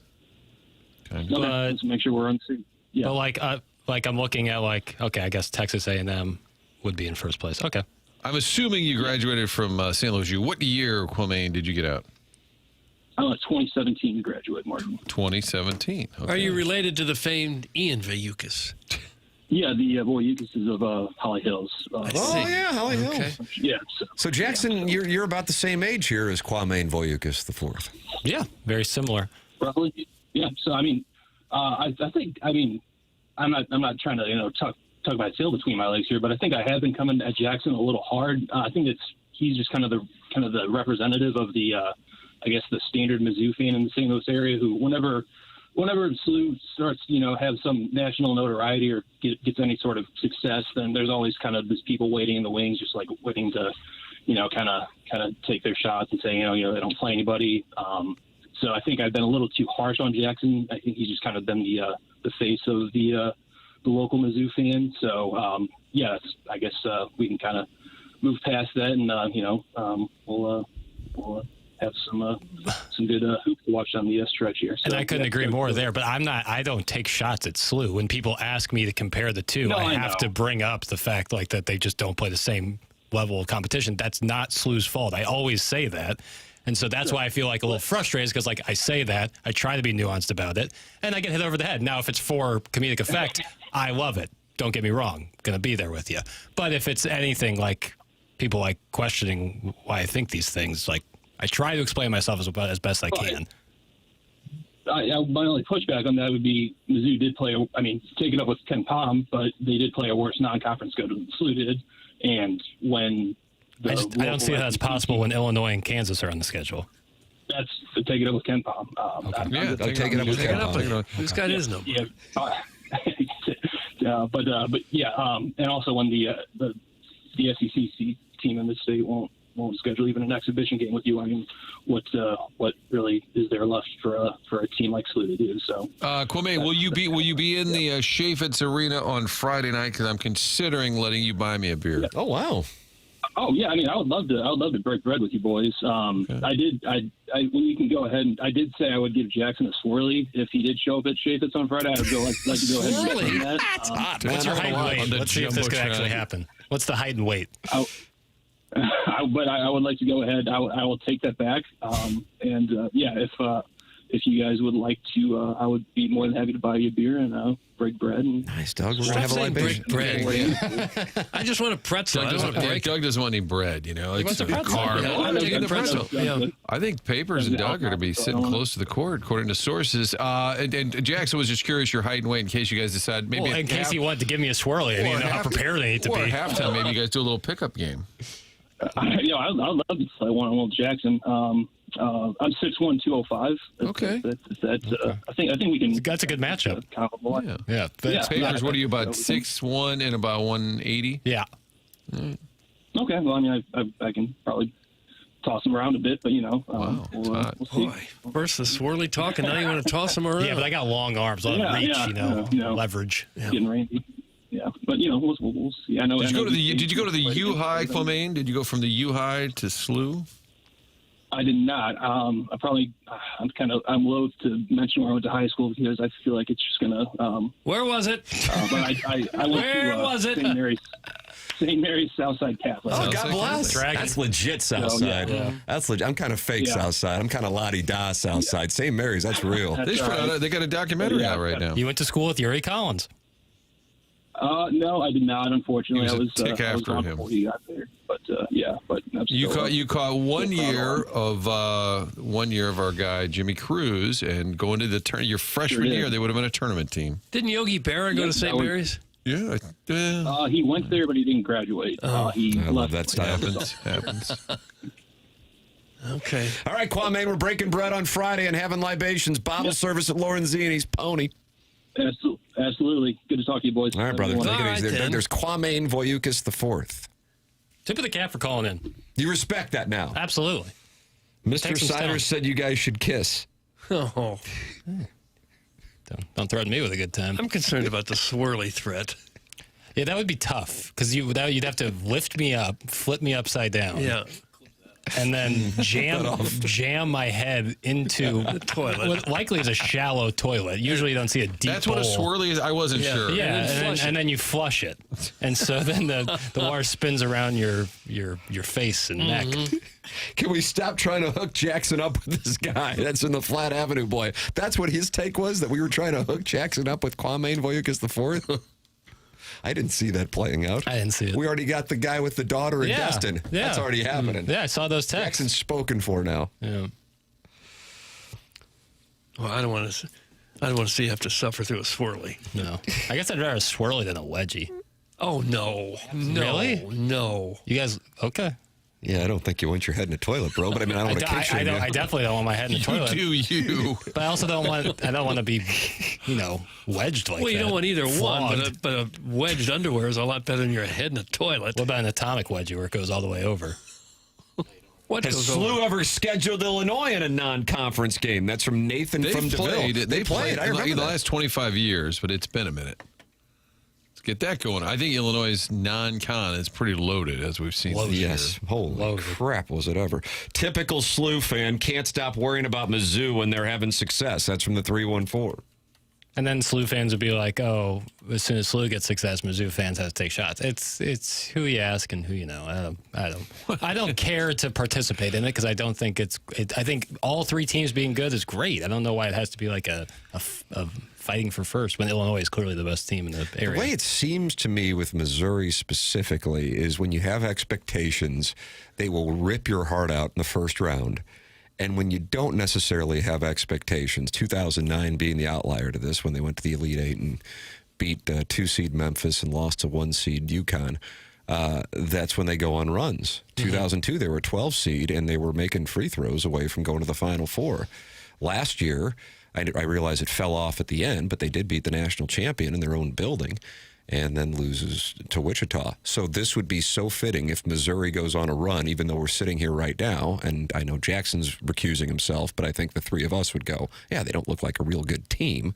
And in fairness, Jackson isn't saying that they are a good team. He's just saying it's tough to say what SLU is when they haven't played anybody. And I do understand and agree with where he's coming from on that.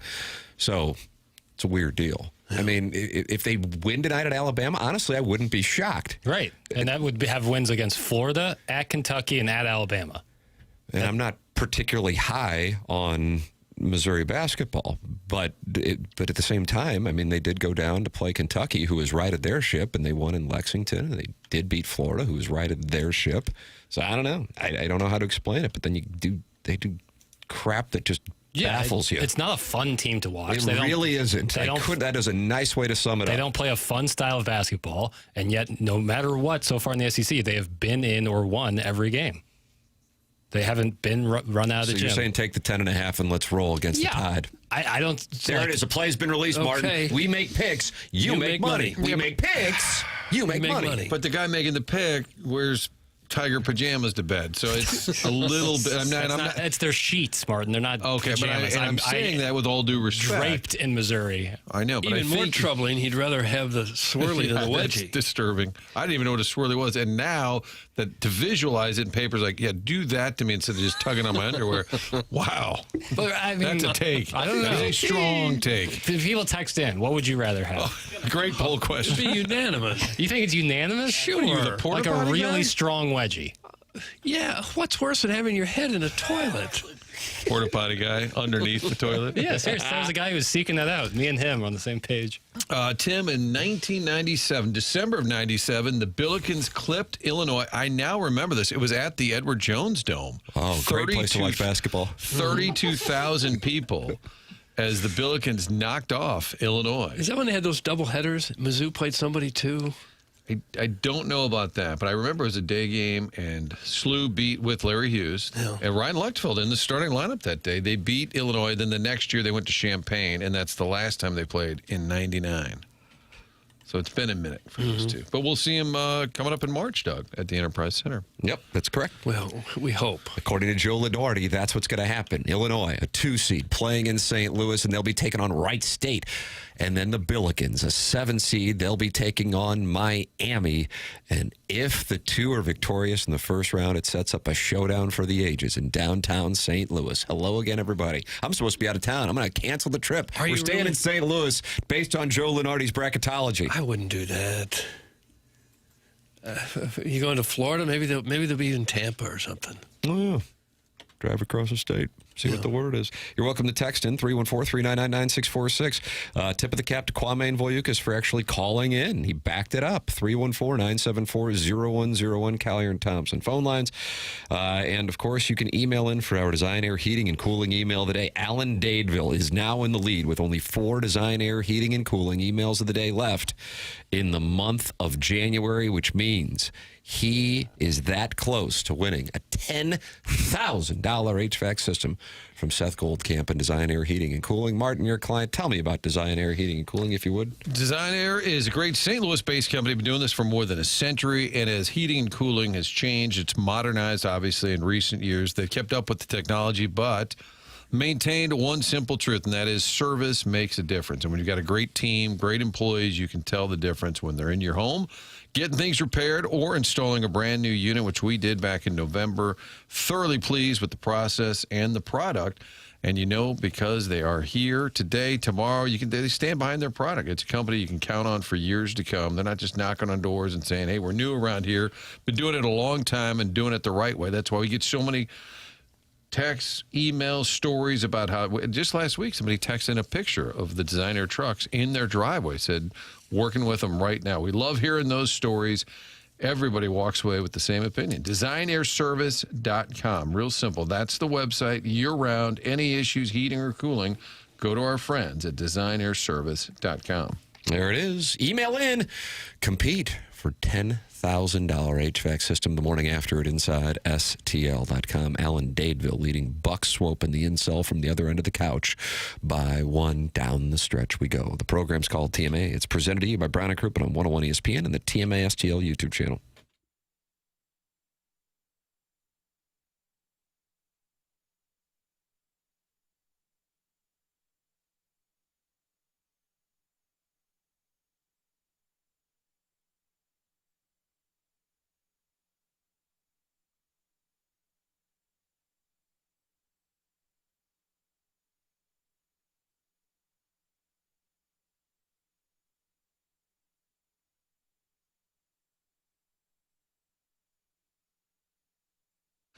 Village Bar, great spot for lunch, happy hour, hanging with friends, hanging with family. Get the cheeseburger, get the chef salad, waffle fries, wings. All of it's great, reasonably priced, right there in De Pere on Manchester Road. Been there forever, and in recent years, in the barn out back, they started 1879 Distilling. Great website that tells the whole story, 1879distilling.com. Making these award-winning spirits right in back. Red Barn Vodka, 1879 Rye, 1879 Bourbon. And if you want to check out the products, you can order a drink during the week and ask for it by name, or stop by the tasting room Saturdays from noon to 5. They did this in December. People loved it. They've rolled it into the new year. The tasting room open on Saturdays. It's connected to Village Bar. It's right there on the east end. Pretty cool spot as well. A little mini bar. It looks like a speakeasy. Looks like a gift shop. Pretty cool spot. Check it out on Saturdays from noon to 5 and start asking for 1879 around town. When you order a Manhattan, a little vodka tonic, ask for it specifically to be 1879. Again, Village Bar, great spot all the time. And in that barn out back, when you park your car, look at the bar. Yep, that's home to 1879 Distilling, St. Louis, Missouri.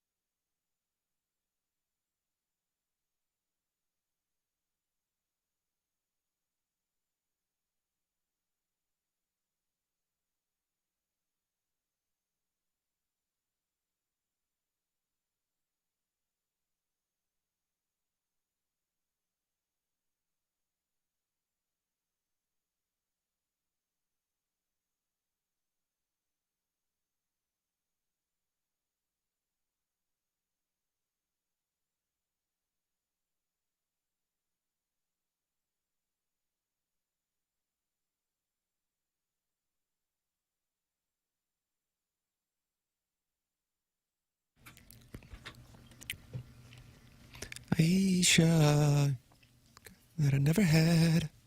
Want to get to know you better. Aisha, she's so bad. 91, right? I don't know the years, Tim. Cool and at the playground, you know? Listen to Michael Bivins. Was this pre or post Belle Biv DeVoe? Boy, that's a great question, Nice Doug. question.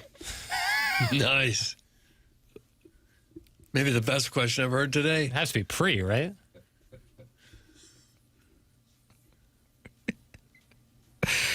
Belle Biv DeVoe came out with Poison, and I remember playing in Hoops Plus. Martin, it was Mike Bush's Hoops Plus downtown. And Like a little pickup tournament? Yeah. Like 3-on-3? That's right. Used to have the old Gus Macker around the country. Yeah. And coming from St. Gabriel's, we kind of felt like, well, I mean, we're the favorites. Yeah. And we You showed up with your own ref. With the height that you had on the team. With your own ref. Yeah, he'll be calling the game. And they beat the hell out of us. And it was a little eye-opening. Wake up call. Yeah. Was it under the arch? It was over by where Keener the old Plaza, Mike wasn't it? Shannon's was. Yeah. Okay. Yeah, the old Mike Shannon's. Outdoor or indoor? Outdoor. Wow.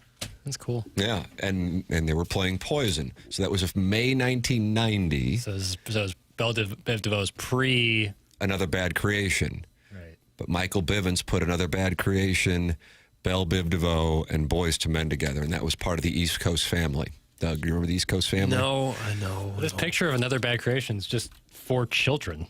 That's what it sounded like. The song Well, you they just were. played sounded like middle school And then, kids. and then an older gentleman sitting atop. He's the referee. Somebody had They to brought- drive him there. But then That was also, probably Michael Bivins. so that's Michael Bivins? Yeah, you don't know what Michael Bivins looks like? No. God, you got to do show prep on this thing, guys. You got to gotta start do doing show show prep. prep. At some point, we're going to have to start doing show prep. So no one thought that was odd that a guy put a band together and sings with 4 other children? Someone has to drive them to the locations. Okay. Fisher Window Door Store, sponsor of the 8 o'clock hour here on TMA 101 ESPN. I think Jackson and Kwame Voyukas IV worked out their differences in the I'm previous good. segment. Yeah. I got no beef with and he's anyone. going to buy us a libation and Doug break bread with us at Chaffetz Arena. I offered him the chance, Tim, to buy us drinks. If it all works out, we'll allow him. But Jackson wants to get shoved in the toilet. That's the new twist that we heard. Not of. necessarily. Just, We don't kink shame? well, I'm kicking around the idea of like which would be worse. I don't know. Wedgie sucks, man. Well, I mean, yeah, it's not optimal, but given the choice on that or your head in a toilet, I just feel like it's kind of a no-brainer. But if that's your kink, No, Doug's it's not not going to necessarily shame kink. you. Like, would I have a towel handy? Because if I could dry off real quick. That's going to be the least of your worries when your head's being swirled down a toilet. And Kwame Voyukas is going to do that to you on Friday night at Chaffetz Arena? There's no way that can be a one-man job. Given both of our height and weights, there's no way that you could do that. I don't know. He went to St. Mary's. Yeah. Trust me, he had to Probably he gave had some to eat kids what he some killed. swirlies. Yeah. Scrap. Probably gave some kids some swirlies. How about Cable Sounds like Guy, Catholic. that scene Jim Carrey in the bathroom where he pretends to be the bathroom Right, attendant, right, and it's right. Owen Wilson that's at the urinal that he Yeah. roughs up. Yeah. And I think if you watch it closely, Owen Wilson is kind of laughing, like he can't help but laugh at how absurd Jim Carrey is. By the way, Tim, you always say, do your show prep. That's right. Texter Magic Bean says, it doesn't matter how good ILL is, second round and out. Wow. Always minus 2005, I would say, or 2 years ago when they went to the Elite Eight. Right. But they do have a lot of early exits. That's true. But they did make the Elite Eight 2 years ago. I think this year will be different. Final Four season? I think sky's the limit. Yeah, amen. Where is the Final Four in 2026? I think it's in Indy. No, it's not. I should know this. Houston last I just year. crowdsourced, Doug, right there, Yeah, right here on the internet. There's no way to know the information. I had it yesterday. I was Maybe they looking haven't at even determined it yet. we got Final the Four. Houston. 2026, Tim, is, of course, in Indianapolis. Nice, Martin, you were on it. I did say Pension okay. will be covering it. That'll be great. We'll have a I don't know. correspondent. If there's not a lacrosse tournament. Lucas Oil Stadium. Right up the road. For all of us, when Mizzou, SLU, and Illinois all make it, Oh, my we'll do goodness. the show live from, what's that, St. Elmo's? Yeah. Oh, yeah, where you get the Giant shrimp cocktail. Yeah. All right, Doug, good news. Mike McCarthy got the job in Pittsburgh, and they're not happy in Pittsburgh that he got the job. But Stephen A. Smith had an idea for who they should hire. Yeah. Take a listen. I'm very upset going back to the Pittsburgh Steelers because I want to stay for the record, and I'm not joking about this. I'm dead serious. I believe that Ryan Clark should have been interviewed for the job. Oh, God. I mean it. I mean it. I believe that Ryan Clark, who I'm looking at right now, should have been interviewed for the job. I wish I would've. Phillip Rivers got interviewed that ain't happening. by the Buffalo Bills. I'm just saying, you the Pittsburgh Steelers, what's up? What's up? I know they love RC. I know they know he's a Steeler for life. I know they pick up the phone and call him and defer to him and ask his advice and stuff like that, or give him or make sure they express their thoughts to him. How come you can't interview the brother? You go sit up there and bring Mike McCarthy back at 62 years old. That's right, and that's what I'm saying. RC, Ryan Clark should have been interviewed for the head coaching job of the Pittsburgh Steelers. Y'all gonna come to me years later. Remember this. Keep this in the archives. Stephen A. said it. You understand? This is what I'm talking about. These are the problems. Let's go on. Let's move on. Gosh. Just nonsense. Has the guy ever coached anywhere? Ever? Anything? Did he coach the Packers for a few years, and then he started doing takes on? So. No, he used to really ring people's bell when he was a safety. Good Lord. He always talks about, like, gotta keep players safe. I was like, you used to hit the hell out of people, and high up there too. Well, Doug, there was a broadcaster who had a chance to coach in the NFL and turned it down. His name's Mike Francesa. Right. He said he had a chance to coach with the Giants, but he couldn't take the pay cut. I should probably play that, shouldn't I? Sure, if you got it. I mean, I don't want to put you to the test. Big Tuft is very critical of you in the drop, so I don't want to. Yeah, no. I don't want to call for it, and then because I'm calling for a different. I got it. Okay, well, take a listen, Doug. Had an opportunity to go into the NFL and didn't. That was the only chance I had to go in and didn't go. And when I take a pay cut to go, which was hard to do at that time, that was a big part of it, to be honest with you, because, Mike and Amir had kind of taken off. And when I take a pay cut to do it, to take the job I was offered, but it was, I mean, if I had done it, I think I would have done well in the NFL, but I don't think, but at the time, I decided to stay here. So instead, the Giants hired Tom Coughlin to be their head coach, and they won some Super Bowls. But they were considering Mike Francesa to be the head coach, and he couldn't take the pay cut. Did he ever say head coach or just a job in the organization? Jackson, what do we got? I don't know. But you have to think if he's taking a pay cut from WFAN, it would have to be like some sort of assistant coach. If we're playing out this defensive coordinator Mike Francesa says quarterbacks coach. All right, team, we'd like to welcome in the new coach. Coach Francesa is here. You may have heard him trashing you repeatedly last year in your commute to the building. So, Doug, yesterday he was very high on the Broncos and Sean Payton going into the AFC Championship game against the Patriots. And unfortunately, he is no longer high on Sean Payton and the Broncos after the AFC Championship. We've got audio. You'll hear the first clip, which is Friday's broadcast, and then you will hear the post-game show. Yeah. Sean Payton is good at everything. Sean Payton's not going to screw up. He screwed up. He's got to go up 10-0 there with his defense and with a suspect quarterback. He could have gone up 10-0 in that game. Instead, he goes on 4th down, doesn't make it, doesn't even come close to making it, and they do not score again in the game. So tough. That's his guy. Was that the same audio, or was that last week's audio? Said he last week's bumped with. Okay. Here, I'll play it. Here's the breaking point. Sean Payton's not going to screw up. He screwed up. 2 different clips there. I didn't know if he was recounting in his own head. Okay. Was it Joe Buck that we had on that made a point out of saying he didn't understand all these teams going for 4th down instead of putting the points on the board? Ricky Prohl said the analytics. It was Ricky Prohl talking about the Bears game, I think, specifically. Right, and Prohl was with us on Friday, and Joe was with us on Tuesday or Wednesday after being down in Miami for the Indiana-Miami National Championship game. And what his observation was, and somebody else was talking about this too, might have been Van Pelt, Stanford Steve on Van Pelt's podcast, is the 6-point lead late in the game is not as good as it might seem, in the sense that at that moment now, as opposed to a team playing for the tie to get into field goal range, Now you know it's 4 downs. Now you know it's balls to the wall. And oftentimes they feel like they sense that the teams wind up driving down the field and scoring a touchdown, weirdly down 6. And that was what the decision that Cignetti had to make. So that was what led to the famous Mendoza play. But what we've seen here over the last 2 weekends in the NFL playoffs are multiple coaches, including going back to Soldier Field, Ben Johnson, and then this past weekend with Peyton and then McVay, guys passing on field goals and it burning them. Mm-hmm. Well, that one burned him in a big, big way.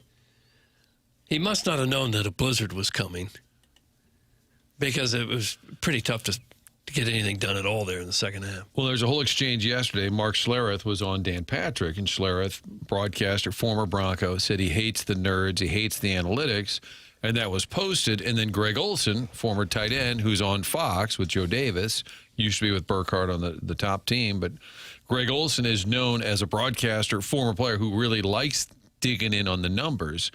And he said to Schlereth, actually, the analytics there said that you should kick it and not go for it.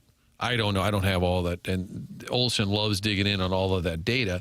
So that would be another reason for Peyton to kick the field goal, because the numbers apparently tell you to do that. Yeah. I think you're going to see a little bit of a correction there, where everybody does the same thing, and then when it all gets called out in one post, now they'll start probably reversing course a little bit. By the way, I was at the gym yesterday, and I looked up on the TV, and it was General Hospital was on one of the monitors. Nice. And it was Stephen A. Smith, and I said, this guy is on every TV possible. So I looked it up. It said Stephen A. Smith has played the recurring character Brick, a mob surveillance expert, on the ABC soap opera General Hospital since 2016. How did I miss this? How does he have time to do all that? I don't know, but I would say it makes sense, because on SportsCenter or ESPN, he's a pretty good actor, so it would make sense that he's on. Mm-hmm. My theory on the Ryan Clark, there's no way he was serious. There's no way. He knew that he was in WWE mode. Yes, yeah. There's no way he thought Ryan Clark would be the next head coach. Give your thoughts by texting in, calling in, or talking it over in our Michelob Ultra YouTube chat. That's the TMASTL YouTube channel, youtube.com/TMASTL. Subscribe to it and talk it over with other TMA listeners, or it's where you can just watch the program, and you can always go back and podcast this show courtesy of Jason Gosrow and Schaefer Door Company. Jason is a longtime TMA listener, and he is a longtime TMA sponsor. When the weather is as cold as it is, and it's going to continue to be cold, that's when garage door springs tend to break more often. And if that happens, you have a solution that will take care of it immediately. Schaefer Door Company at SCHAEFER door.com. That's SchaeferDoor.com, and they will be at your house to fix it as quickly as possible. That's what they pride themselves on doing. You can call or text 636-782-3608 to get you the quickest response time. They service all kinds of garage doors for service and new installs with LiftMaster. LiftMaster is garage door openers, and they're strong, quiet, and versatile. They have Monday morning standby service for the doors that break over the weekend, and they service commercial doors as well. It's Schaefer Door Company. Go to SchaeferDoor.com or call or text 636-782-3608. Schaefer Door is a LiftMaster partner. Some news in the sports journalism community, if that's not an oxymoron, as a significant sports operation could be shutting down. We'll have that for you coming up. This is TMA 101 ESPN.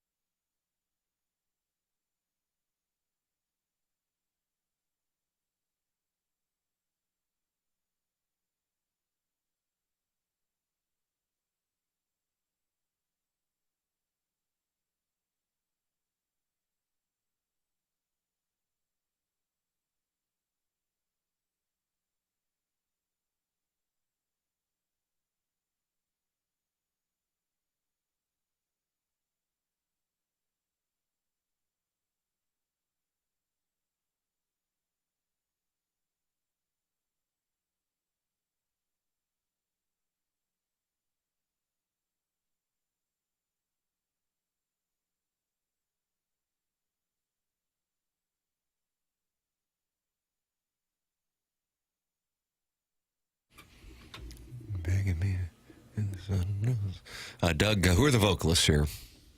I don't know. Can I have initials? ZBKM. ZBKM. KM. Zeke Bretkowski, Kirby Moore. Kirby Moore, Washington State. Yeah.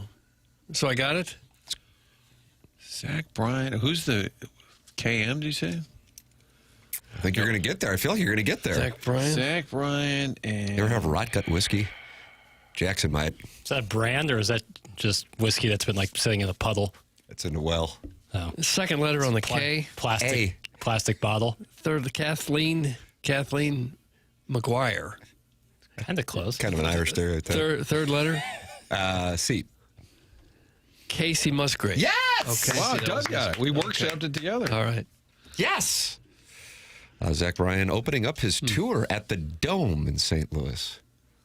Yeah, is that March? March 7th, Doug? Am I right on that? I don't March know 7th, the dates, Billikens Tim. play I hope George it doesn't Mason. conflict with a Battlehawks game. Come on, let's get this right. Oh, wow. I wonder what they would do. Have them both the same day. Play the game around the concert. Yes. Buck Swope texted in Martin a few years ago. They gave Listener of the Month to some broad that called in one time breaking the news that Stephen A. was on General Hospital. So I think that was Ball and Beer Bitch. Caller Jen, actually. Caller Jen. Good call, a lot of Chairman. historians around here. Chairman Curtin, Buck Swope could go heads up on a good TMA history. Historian, but Buck Swope, it's 2026, fella. We can't say broad, okay? Nice. Real nice. Martin, breaking news from the Washington Post. Okay. The Washington Post has told its sports section not to book travel for beat writers Spencer Nussbaum and Andrew Golden to cover the Nationals spring training, according to the New York Times' Eric Wemple. The sports section has been getting cut quite a bit, and this is from Awful Announcing. Wemple noted that it's unclear how the Washington Post plans to cover the team without sending reporters to spring training, which is typically essential to understanding how a roster, coaching staff, and organization take shape over the course of a season. Beat reporting depends on the kind of access and relationships that only develop when you're physically present. Remote coverage means relying on whatever gets said in scheduled Zoom calls and secondhand quotes from others outlets, reporters who actually made the trip, which is a fundamentally different and worse version of what beat coverage is supposed to be. This comes just days after the Washington Post canceled its Winter Olympics coverage. 2 weeks before the opening ceremony in Italy, the paper had already spent more than $80,000 on housing alone, secured 14 credentials for reporters and photographers, and approved all the associated expenses. And that's according to the New York Times reporting. Then managing editor Kimi Yoshino sent an email on January 24th informing staff that their coverage plans were being scrapped. The Post has since reversed course, ultimately deciding to send 4 reporters to the games after initially pulling the plug entirely. So the question is, what will wind up happening to the Washington Post sports section? For the record, writers such as Michael Wilbon, Tony Kornheiser, and Iggy's friend Christine Brennan were all writers at the Washington Post back in the day. I think it's a famed sports page, but if the money's not there, that's the question. I mean, we can all opine, I wish they still did this or do. I mean, but now Bezos owns it, which is part of the critique because he's got tons and tons of money. So I don't know what their bottom line is, but I do think, and people at home probably say, oh, I don't care. Being on site matters. And I'll tell you, if you go down to like a Cardinal game during the week, well, what's the big deal? You did a 2-minute report from the stadium. Yeah, but the rest of the time, you are talking to people. You are sitting in the dugout. And just with no cameras rolling or audio, you're talking to a coach about a player, and you do pick up a lot of knowledge. So being on site, I think, will always be important. I am a little concerned because you watch, some of these post games with the college coaches or whatever, and it's basically just the college kids and maybe one or two. I mean, Gabe can speak to this. I mean, very little mainstream outlets that are still covering things. And eventually, maybe coverage is just guys sitting in their basement talking about the game and nobody actually asking the coach, well, why did you do that? Instead, it's just a bunch of people opining, oh, what a jackass, what a terrible call. And that's kind of become the coverage. I feel like Gabe talked about that here within the last year. Be interested in following up with him on that because he used to spend most of his time writing columns, not to say that he doesn't, and then writing updated stories. And then he was like, it turns out when you can see the data, that way more people are interested when he does post-game shows and podcasts. So they've certainly increased that relative to columns and the quote-unquote game stories, as they're called. Ken Rosen. I think the written version is less in demand for sure, but he's doing video and audio, but it's informed by being around coaches, by being at press conference, by asking the pertinent questions.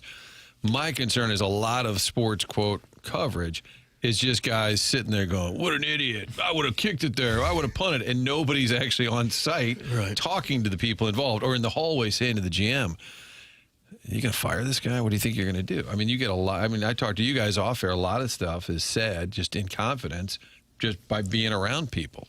I think what Gabe says, I mean, he is, not traveling. I don't know when the last time he traveled for a Missouri football game. I'm sure he has in the last couple of years, but he didn't do it as much. And then when you're around the football facility, you're not allowed to watch anything. So it just becomes, the pressers. And it is certainly regulated. That's a frustration too. And I'll say Mizzou football specifically, the access, not only the practice, which wouldn't have affected most of us in St. Louis, the on-site guys, but just in terms of media availability, it's down to 2 times a week. Yeah. I think it's Tuesday, Toughness Tuesday, which is Talking Tuesday, and then after the game, and that's it. And if you think about being, covering NFL like the Rams, the coach every day, every day on the field. Anybody got anything? Yeah, I noticed I looked like 89 slipped and fell. Like they talk maybe too much. Yeah. And now in college football, they've just scaled it way back. The audience does not care. Being on site's a waste of money, and the fans don't care. That's from the 314. Sheepy reporter says, breaking news, no one cares. Back to you, Bob. That's from the Sheepy reporter. But you do care if they have some insight, and a lot of that can be attained by being in person, talking to people on the field, being around the team. That can make a big difference. Not according to these guys. Yeah, you do care if you like actual information. Yeah. You just like spouting off if you like Billy Bob in his basement just saying, oh, here's what they should have done. I think people care, but are there enough people that care to stoke the demand for these places to make money? Right, and I get it. The bottom line is either it works or it doesn't work, Yeah. but there is value. I imagine the teams, the big-time teams, won't fight this at all. They'll be happy not to have to deal with the media all the time. Well, that's what I'm saying. We're getting closer and closer to that, where you'll just have a press conference. The coach will be like, all right, here are a couple of questions that the staff has handed me, and I will address these in the order they were given to me. Yes, we're looking forward to the game this weekend, and yes, I'm doing a great job. Will there be any other questions? Oh, they're saying that's all we have time for. Okay. Or the teams will just have somebody there, somebody on their communication staff will set up a camera, ask a few questions, and send the same stuff out to everybody. That just happened with the Seattle Kraken. Did you see that story where they said the coach will not take any questions except for, and it was the staff writer for the team. Yeah. And he had to ask questions that were submitted to him. Yeah. And then Seattle reversed course and said, okay, that was a bad idea. Can you imagine? So at the end of the Blues lose a heartbreaker. Coach Montgomery is available. However, all questions will be funneled through Mike Caruso. In fact, we'll just let Mike go ahead and fire off a few for the coach. And the rest of you with your notepads, we've got no time for you. You can see the time coming where these teams aren't covered anymore. They just provide a TV show. You watch the game on TV, and that's going to be it. We're not going to dive into the personalities or what happened to this guy on the way to the stadium or anything. There'll be none of that peripheral stuff. Just watch the game, and that's who we are. Not a lot of support for the reporters here in the Air Comfort Service everybody text hates inbox. the media. So that's Most press conferences are too stupid to watch anymore anyways. Posers. That's from Doug's Legs Akimbo. Posers. The end of journalism is near. That's from Carney. Nobody wants information anymore. That's from Choke Artist 1.6. Great take. Such a great take. Literally nobody cares if they're on site. Just let AI cover sports and put a nail in the coffin of sports journalism already. Come on, man. This is nonsense. That's from Big Tuft. Well, if it's not your team, you can still watch and be very entertained by it. Like the Indiana football season. We didn't see what their beat writers were writing about that team. We didn't see the inside stuff or the interviews with the left tackle. We just know when it was on TV. But you're not a diehard Hoosiers fan. And Google Me comes from a press conference. That's is that not from his opening press conference? Oh, with the coach. Yeah. I mean, that's like was that. Yeah, they'll still motto. have those. They'll hire a new coach or something. And who's going to cover them? There was a story a week or two ago. I forget what team it was. It was a women's college basketball team, Division I, and the coach said she went into the media room after the game, and there was nobody there. No one covered their game, not a soul. But the teams in the NFL, Major League Baseball, they'd be thrilled with that, to not have to talk and explain everything, not have to spend 30 minutes or an hour talking to the media every day. They'd be thrilled with it. But those lesser teams that kind of need some attention to get on everybody's radar, they're going to suffer. But if you don't produce a product that is in great enough demand, for sure, to drive the money, it's going to go away. We don't care, and we don't need inside information. We have our opinions, and that's all that matters. That's why we enjoy this show. That's from the 314. Yeah, the last thing you'd want is information or facts to get in the way of that. Yeah, I think they might have been offering a cheeky take there. Say we don't want journalism victory. Yeah. Well, what I'm saying is there is value in being on site, being around a team, being around coaches, being around players. Especially for us on that week in spring training. Yeah, it's nice. Well, that's wait a minute. We have to walk this entirely back. Doug said, you don't need to be around the players at all. Doug's trip to Florida has just been canceled. No, I think ours should last maybe a month. Different. Not a week, but expand it because so many others won't be there. Right. We'll take on we'll take on the We'll burden. take the bullet for them. Yeah. Guys, we like your show, and other shows like it, but we don't care about asking questions. That's what I'm trying to say. That's from the 314. The media in this town's soft anyways. That's from the Choke Artist 1.6. I don't think working he's... for the Two Fox is more prestigious than getting a PhD? That's a great Chuck take. And Chuck was so enamored with sports journalism that he got out of the business entirely. And does YouTube. Yeah. Hey, I'm changing lanes here. I agree with Doug. Also, I'm still waiting outside to change the light for you, big boy. That's from Sheepy Reporter. You got a deal with Sheepy Reporter? I don't have a deal with anybody to change the light yet. And no one changed the light in your house? That chandelier light? No. Wow. Can't find anyone to do it. Text line is really hitting in on the state of the world right now. We don't need education or knowledge. We know everything. That's from Mrs. Janny Shanahan. Right. Information be damned. Well, anybody with a cell phone now can shoot videos of people, and sometimes these people get credentials to get down there close, and then they put it on X or Instagram or wherever, and apparently that is enough to satisfy most of the demand for what people want. You lay it on me, Gabe. Martin sounds ancient. Who said that? That's from Doug's Legs Akimbo.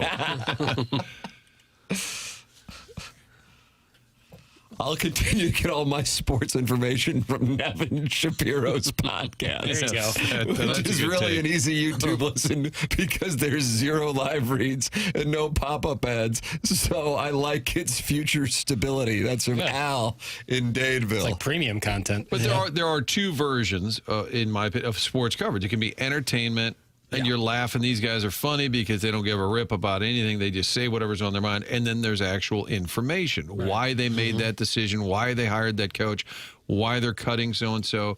Hey, I heard they're going to release this player. You know, there's actual information.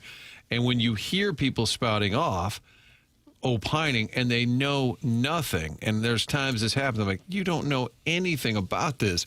It drives me crazy. And I think as a true consumer of information, you want to hear from people who are informed. I think our conversation we had a week or two ago with the Jacksonville Reporter and the fact that Adam Schefter, who would be considered more of the capital J sports journalist, tweeted out like that, what a heartwarming moment, or whatever he said, would be different than if someone who's more in the entertainment side of sports media, take your pick of whoever that would be, tweeted that out. Like therein lies the difference between what you're saying. And the pious reaction to that, she wasn't a columnist that covered the Jaguars. Right. She wasn't the beat reporter. So it didn't matter. No. But then the reaction, which was an overreaction by a lot of the sports media, can be overly pious and righteous. That's where I think a lot of the contempt comes Sure. from. And I understand people are like, oh, you guys think you're so necessary. I'm not sitting here saying anyone is splitting the atom by covering a ball game. No. That's not it. But I still think there's value in getting it. Now, if you, I don't want to know nothing about my team ever. I just want to watch and yell at the screen. Okay. I think what's going to happen as these media outlets run out of money to pay all these people to cover the events, the teams will just issue a piece of video or a press release saying this guy's hurt and he's going to be out a couple weeks, and we'll just have to go with whatever they give us. I imagine that's what the near-term future. Sports. There you go, folks. That's what it'll be. Because you still, if you have a TV news operation or a newspaper, you're still going to want to have content, but how much are you willing to spend to get it? If you could get some content for nothing, would you prefer that over great content to spend a whole lot of money? And I think because of the economics of where the media is right now, they're going to take some content for nothing. Well, then you don't understand pitching, and that's okay. Say that again. I'm sorry? I'm sorry. We're going to miss that kind of thing for sure. We're going to miss it. This is what people are signing up for. Mm-hmm. The players aren't going to miss it, but we're going to miss it. The players will be jumping up and down happy that there's no media around them. I saw a story that the Jim Irsay death is being investigated by the FBI. Yeah. And somebody pointed out, that story broke in the Washington Post. Yeah. How about that? So journalism is not entirely dead. And believe it or not, a lot of people consume information that's from a journalist. Yeah. Well, I don't need any journalism, but they're getting a lot of their details that are actually from somebody who did the work. But there's an economic realization about it, just like anything else, supply and demand. And if there is not a demand for it, the supply will dwindle. And that is why salaries, for the most part, in our industry, continue to decline and have over the last quarter century. And unless you have an impact, a material impact that's irreplaceable to a company's bottom line, you are replaceable. You can bitch about it and get your likes on social media when you get whacked. But the reality is, if you don't drive revenue, you're replaceable. And that's the reality of our industry.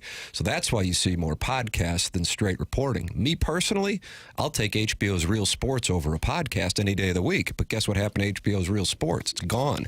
And podcasts keep popping up. Now, how many are actually bringing in material dollars? God, I would say 0.1%, where somebody can actually live decently in the United States by doing a podcast. But that's where it's shifted. I mean, I miss the days of picking up the Post-Dispatch and reading Bernie Miklasz, Joe Strauss, and Brian Burwell. That's how I started every day of my life for about 50 years. It was the best. But, times change and you adjust. Unfortunately, the adjustment has come, and I think one of the absolute problems that was really nobody's fault is when things changed, were the mid-1990s, when newspapers didn't know what to do, when the internet came along, and so they just made the content free online, and that set the reader's expectations that they shouldn't have to pay for the work that was being done by the reporters and the publications. And so then, years later, when they wanted to charge for it, people thought, well, that's absurd.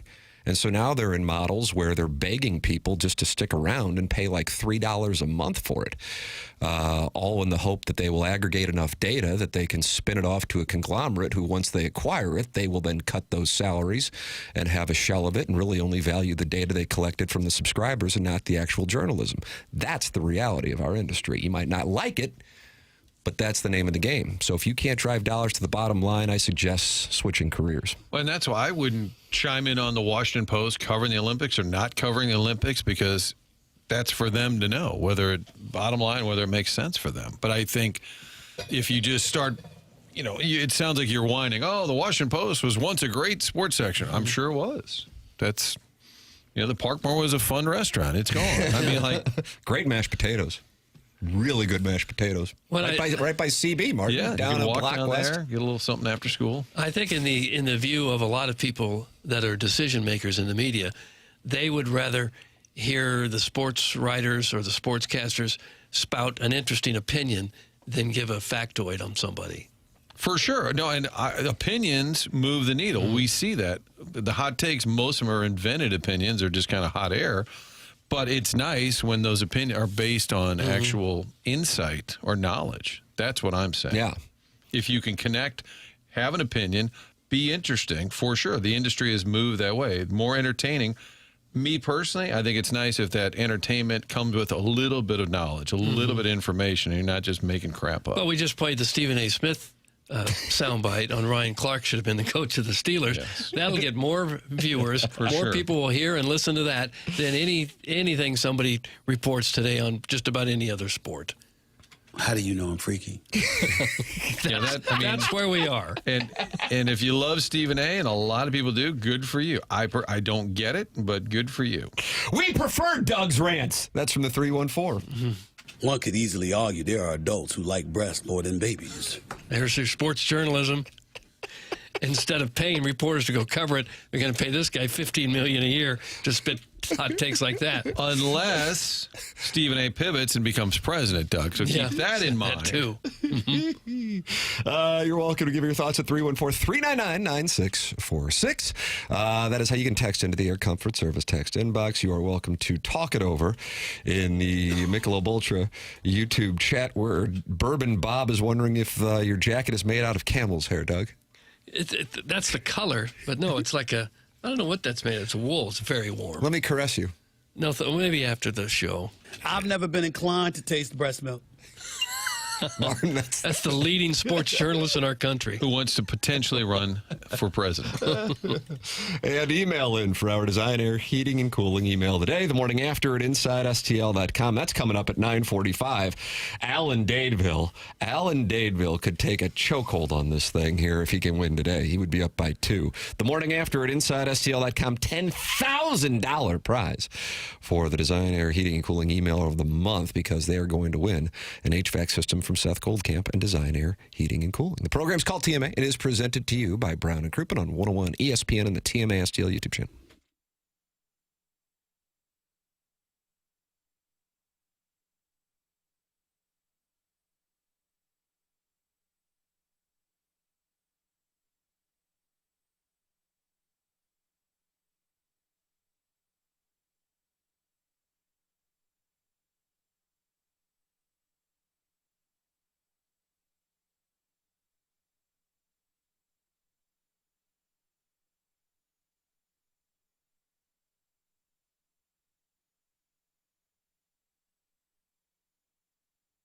In the market for a new vehicle, AutoLoanPro.com. That's the website to head to. They work with over 50 different lenders. There's a difference between vendors and lenders.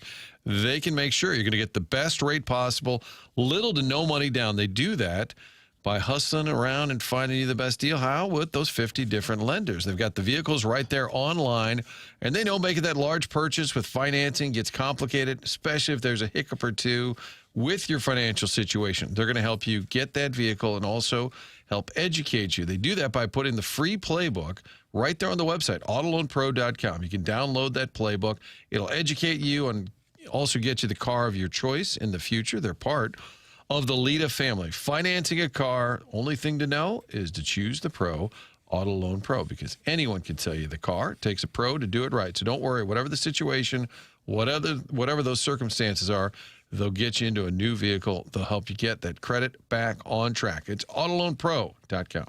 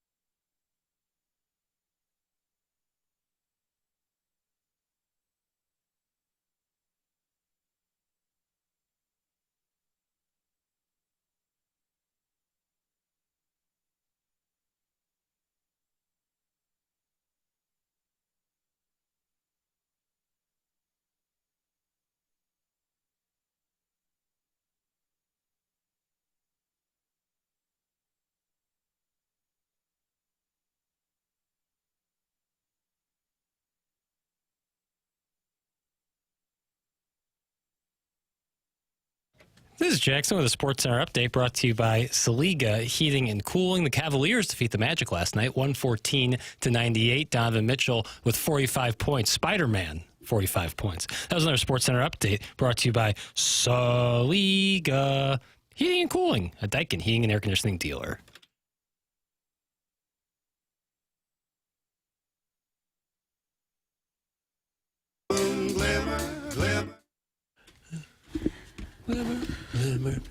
This puts Doug in a good headspace. Good. Now this is music. It's TMA 101 ESPN. Mark Hanna, Evergreen Wealth Strategies, sponsor of the 9 o'clock hour here on the program as we broadcast from the Stiefel Studios. Tim McKernan, Doug Vaughn, Martin Kilcoyne with you. And Doug, if you look on your right, you're going to see Brody Herman, son of Ed Herman, partner at Brown and Crouppen, presenting sponsor of TMA. There it is. I saw him standing over there. Hello, Brody. Hello, Doug, Martin, Jackson, Kurt, and Tim. This morning is an honor and privilege to be on the morning after, and as always, looking forward to be here. How are we doing today, gentlemen? Wonderful. And I was asking you in the commercial break, was that really you in the YouTube channel, the last two QFTAs? Because I didn't know if somebody was representing they were you, and in fact, it was indeed really you. Oh, absolutely. Wouldn't miss those. Are you kidding me? Those Tim McKernan Q&A sessions are quite a treat, and I wouldn't miss them for the world. See, how about that, Doug? Woo! Do you ever look at the clock, though, and say, man, I don't know if I can hang in here for another 3 hours? No, I never do. I never do. No, okay. I love it. I love it. I'll even pop in on a Q&A one of these days. Now, yesterday you were wondering who Kelly Thames would cheer for if Missouri played St. Louis University in the NCAA tournament. Yes, I've come to grips with the fact that it'll be his son. Yes, I wouldn't miss a beat on that. Listen, Kelly was a great player at Pattonville. I love Kelly Thames. I've watched his day since middle school, and he's been at Pattonville. He's under his tutelage of his father, and now the player that he's grown into. I just love Billiken basketball this season. They're 19-1, undefeated in the conference. They have had at least a record of three-pointers made in the game twice with the conference schedule this season. Love what I'm seeing out of the Billikens. Robbie Avila, Trey Green. I love Deion Brown. Sharman off the bench with, Brady Dunlap, the transfer they got from St. John's. Quentin Jones coming on real strong, transfer from Northern Illinois. Amari McCautry, having a sophomore campaign like no other. I love seeing what the Billikens are looking for. They play George Washington tonight, 7 o'clock p.m., Chaffetz Arena. You going to be there? No, I will not be there, but listen, they again, Doug, the on-site reporting is dead. Yeah, well, 13-7 in the overall this year, 4-3, I believe, in the conference in the Atlantic 10. They've got some nice players there. Rafael Castro, Gary Johnson, Christian Jones, but I think the Billikens will win this one tonight. Obviously, I don't know if they're going to win it and lose another conference game this season. What I've seen from the Billikens this year, they are the best story in St. Louis sports. They went from why are we talking about the Billikens, and now that's all anybody wants to talk about is how good the St. Louis Billikens Brody, are. Let me ask you this, because Jackson has recused himself from ranking the three local teams, ILL, MIZ, and SLU. How would you rank them as of January 27th? Okay, I would rank Illinois still at number one. They have a very special young man. True freshman Keaton Wagler. This guy, he's a true freshman. He's emerged as a lottery pick. He was never a McDonald's All-American. He was hardly ranked in high school as it comes to the top 150 player, but only had 2 offers from prominent big Power 5 schools, Minnesota and Illinois. They offered him late. He ends up going to Illinois. He stayed at his public school in Kansas all 4 years. Shawnee Mission, Northwest, I believe. They won back-to-back Class 6A state championships, 2024 and 2025. He ends up going. He didn't play on an AAU shoe circuit team. He played for an independent AAU team, and now he's starting at Illinois, and he's likely could be a lottery pick in the NBA draft. I think he's going to the NBA draft. I'm very impressed by Keaton Wagler, this young man. They've got a lot of great transfers Illinois has had this year, so I'll rank them number 1. SLU, I'll rank number 2 in the area, and at a slight third, I will rank Mizzou under them at the 3rd spot. Unfortunately, though, I don't think it's by a wider margin as maybe some people will believe, but yeah, I'll rank them 3rd. I'm just not impressed with Sean Phillips this year. He's really disappointed me. You know, he's mountain of a man. He's a mountain of a man, but you know, I compare to his game to like peanut butter and jelly on a warm summer day. It's just soft and it melts, and it's just There's the hot take industry. How about that? Yeah, I mean that's kind of what he is. Yeah, I mean I hate to say it, but I mean Dennis Gates is not getting fired after this year. Jason Crow's coming there. This season's basically a write-off anyway. But that's the reason. And I think Tim made an excellent point. I heard this. That slew. That's right. That this is a big year for the Billikens program and how it shapes them in the next couple of years. I'm telling you, this is major. This could lead them.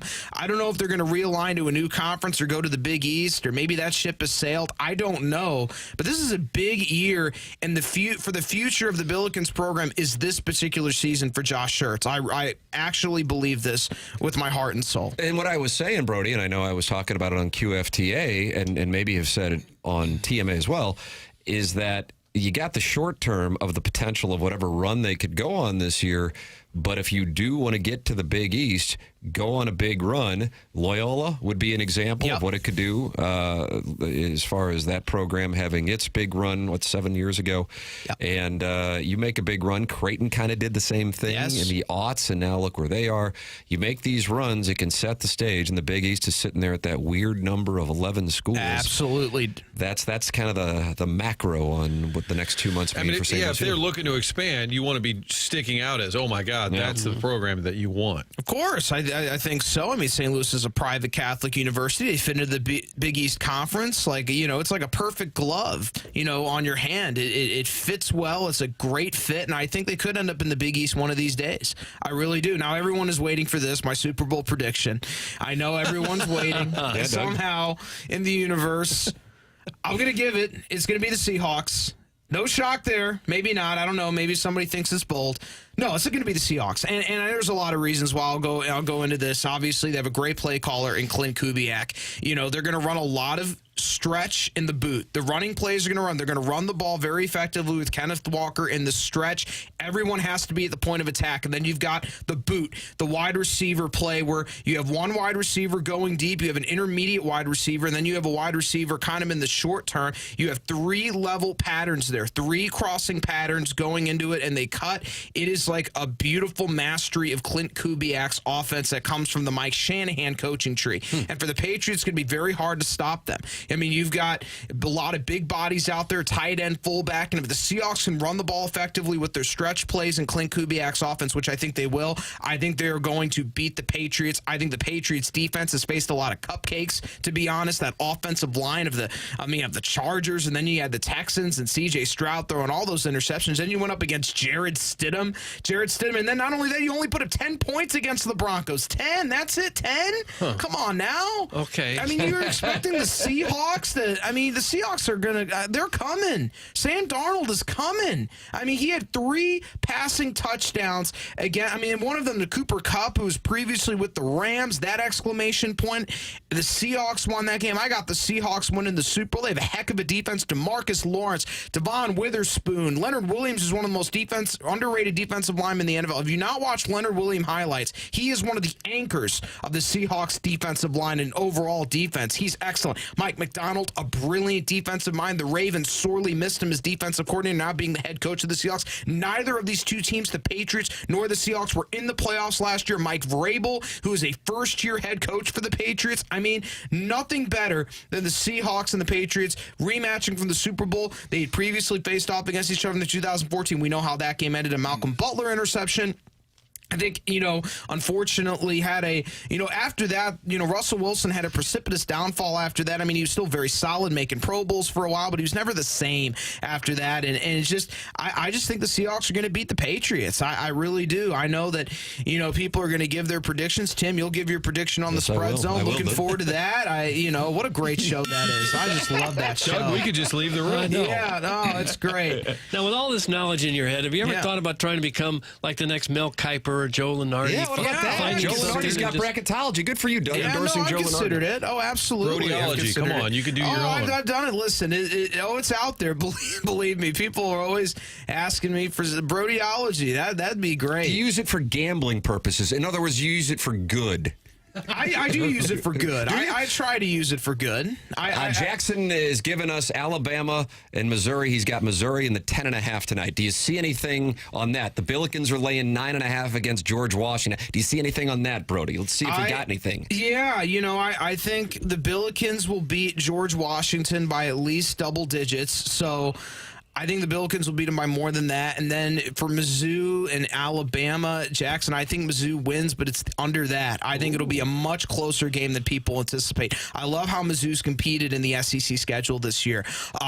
They've had a lot of great games. They haven't had a lot of blowouts. And I know they celebrated this. They probably shouldn't have. Did you see the graphic on social media? They celebrated that they were 2-0 in the SEC for the first time in school history, and they put a graphic up on social media, which probably wasn't the best. But they haven't been blown out of the water in the SEC, and I think this will be very competitive. Though Alabama, what Nate Oates has done, I got to say this. Nate Oates, the transition he's made from high school, he was coaching at Romulus High School in Detroit, Michigan, a public school. He ends up getting an opportunity to coach in college, originally coached at Buffalo, and now he's coaching at Alabama. And what he's done there, bringing in all those McDonald's All-Americans, he's done well in the transfer portal. He's made Alabama, they're still a football school at heart. Everybody knows that. But they made their basketball program very respectable. I got to admit, a coach that comes from high school and college, that transition, which for some has been very hard, for Nate Oates, it's been seamless. It's been absolutely seamless for him. I got to admit that, but I still got Mizzou winning tonight by a small margin, though I think they could lose by a small margin. I do. But either way, you take Missouri in the 10.5, it sounds like, because you're going small margin.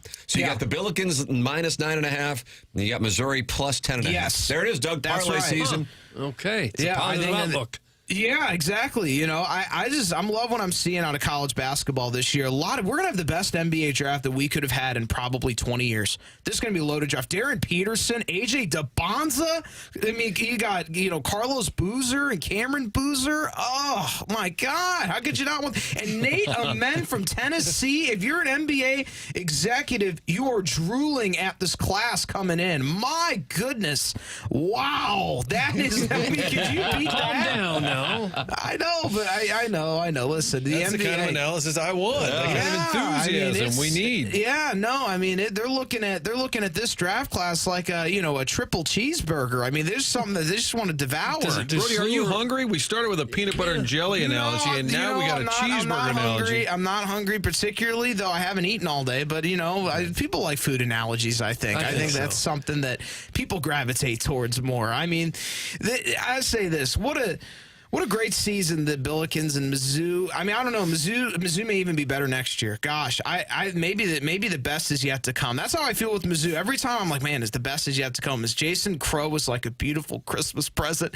that's coming down the tree in the morning, and you're there like a Christmas cookie. You're counting down to Christmas, sure, and you're getting it, and you're like the kid. You're like, Mom and Dad, I want whatever, like a big train set or something, and that's what Jason Crow is for Mizzou fans. He's like the Christmas present that they're all waiting for, and that's kind of what it is. And it's and this year it feels like the countdown to Christmas or whatever holiday you celebrate. I don't know. It could be a Hanukkah present or whatever it is. That's what Jason Crow feels like for the program. And not only that, it gets even better because Tony Bryant, and you've got Hayden Chronister. It's like a miracle unfolding in front of your eyes. It's hard to describe what has happened with this recruiting class. I don't know if I'll end up being well or not. I don't know. Jason Crow may end up like Michael Porter Jr., and it just may dissipate in front of our eyes. And, he'll go to the NBA in a year anyway, but I would like it to be a little more than that. I want a little more from the pie on that. That would be awesome. I just would love it. Pie.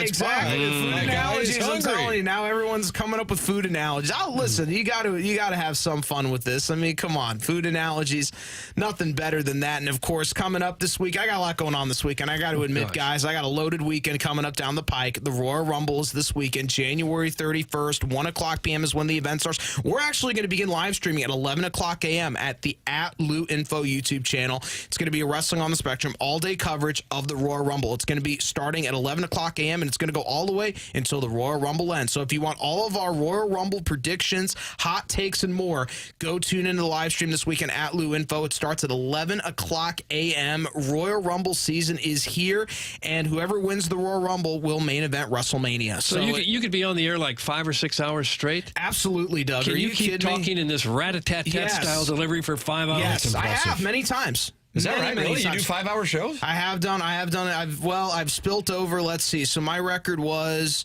2 plus 2. Yeah, 5. 5 is my record, yeah. Well, 2 plus 2 is 4. No. I had to do 3 Okay, shows in a another row. one. So Okay. it was 2 plus 2 plus 2 plus Okay. 1. That was 5. Oh, yeah. Yeah, that was a record. I'll admit that was it. I wouldn't say that was a long day. It felt like 5 minutes to me. I came after that. I went off set, and I'm like, man, that felt like 5 minutes. 5 hours. 5 hours felt like Without 5 taking a minutes to breath, me. probably, huh? I was out of breath a couple times, and I had to drink some bottles of water. I'll admit it to keep up. But I'll tell you that was a blast. I enjoyed every bit of that day. Just that was awesome. I'll admit that was a fun day. I loved that day. That was awesome. Wow. You know, chomping at the bit, but that was great. I'll admit it though. It wasn't as tiring as you may think though. I enjoyed that 5-hour run. Did 3 different shows, 3, which I couldn't believe. I couldn't believe it myself when I did it. I was like, I do believe it. This guy's got so much energy. He got a big weekend coming up, the Royal Rumble. He gave you a Super Bowl pick. He said Mizzou's going to win. Got the Billikens Brody. laying 9.5, Martin. yes. How about that, buddy? Yeah. Well, thank you for all the knowledge and all the insight. Yeah, Love Brody Herman, Ed Herman, and Andy Crouppen and Terry Crouppen, Brown and Crouppen, presenting sponsor of TMA. Brody, we always appreciate the time, sir. Thanks so much for the knowledge. Yeah, Thanks, thank Professor. you so much. Yeah, Have Professor, a I like wonderful that. day, gentlemen. There Have he a is. That's wonderful Brody day. Herman representing Brown and Thank you. Crouppen here on TMA. We got the Design Air Heating and Cooling email today coming up. Alan Dadeville now with a 1-goal lead on Buck Swope and the incel from the other end of the couch. It's still up for grabs with 4 emails of the day left in the month of January. That's coming up here on TMA 101 ESPN.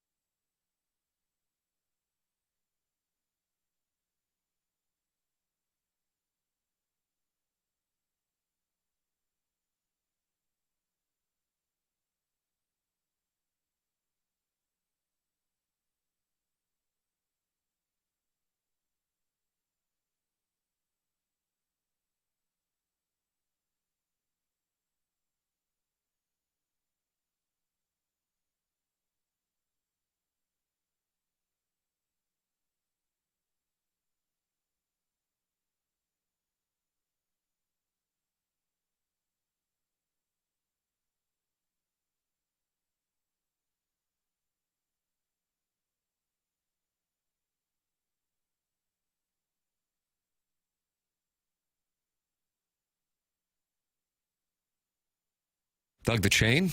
Oh, yeah. What's the significance here, Pappas? No significance. Well, okay. Just kind of you're playing your favorites. I'm just kind of letting it flow through me. No? And Lindsey Buckingham was dating Stevie Nicks, but Christine McVie was married to John McVie. But everybody was sleeping with everybody, kind of like this show. So Mick Fleetwood was exactly in the like this show. 2 and 2 and 2 and 1 equals 7. Just saying. That's Sharon and Clayton. I have no idea what that means. Well, but Brody was adding up some of the things, the hours that he was on. Wow. I thought she was doing like code from Sanibel. No. Like Good math, Doug. I did. I asked him if he could keep going for 5 hours, and he said, I did. 2 plus 2 in 5 hours. Well, that's 4. And then he started doing more complex computations. Yes, he was. Knowledge from Brody, who has given us a play. And the play is take the Billikens and lay the 9.5. That really pissed off Jugs in D.C., the George Washington grad in the audience. And take Missouri and the 10.5. And Jackson, you have released how many stars on Michigan minus 10.5 tonight? It's a 3-star play. It's a 3-star play. Yep. I thought you said there was not a number high enough for you to take Nebraska and Danny Nee. Yes, correct. 3-star play. Okay, fair enough. It's a scale of 4. After Brody got done spitting out all that information, we got this text. Doug, that's what show prep sounds like, ass. That's hurtful. My goodness. Let's see what I got here. This is the audio you were talking about, Martin, with Schertz and the Bonnie staff talking about the court storming. I had never heard this. This is the Schertz pregame speech captured by the Billikens media folk. The ability to do your job regardless of circumstances. That's your mental toughness. Never know. The event staff's meeting.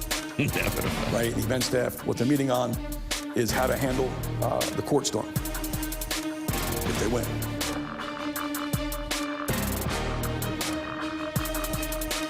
So let me say this. There's not going to be any court storm. Let's go. Together on 3. 1, 2, 3. There you go, Doug. Court storming. All right. I want to ask him at some point. They were really worried about that at St. Bonaventure? True. I don't know. Maybe you won't want to tell us. Well, it is important to these schools because they pay a fine, right? It's conference by conference. But Mizzou football was a considerable like $100,000. SEC charges a ton. SEC fines you a ton for. Is it $500,000? 400, something like that. I think it started at like $250, and then the second offense was like $500, something like that. Guys, UConn's the lock today. Who's UConn got? Our guy Danny Hurley, Doug. I don't know who UConn's got in the Big E. Hope it's not Providence. Kimmy English? Yeah, he's reeling. Feel bad for our boy. It is Providence. God bless it. Providence at UConn. Yeah, UConn. What's the number? I would take a guess at 17.5. I think my guess is it's probably closer to what our good friend Jackie Papers is listing at, Martin, if I had to wager. If I had to bet it'd be there. It is 14.5. 14.5, okay. A little more respect to Kimmy. There we go. Providence having a rough year, are they? Having said that, I would take UConn and empty the bank account on that one. Providence is 14.5. Yeah. 9 and 11 overall, 2 and 7. Providence gave him a game last time, but that was in Providence. I got a lot of action out there. I'm betting a lot of parlays. That's what the great gamblers do, though, man. Yeah, the great gamblers, they parlay and they tease. And then they talk about it on social media. Right. That's the winners tell everybody where they're playing because then it can move the market to give them unfavorable odds. That's the move.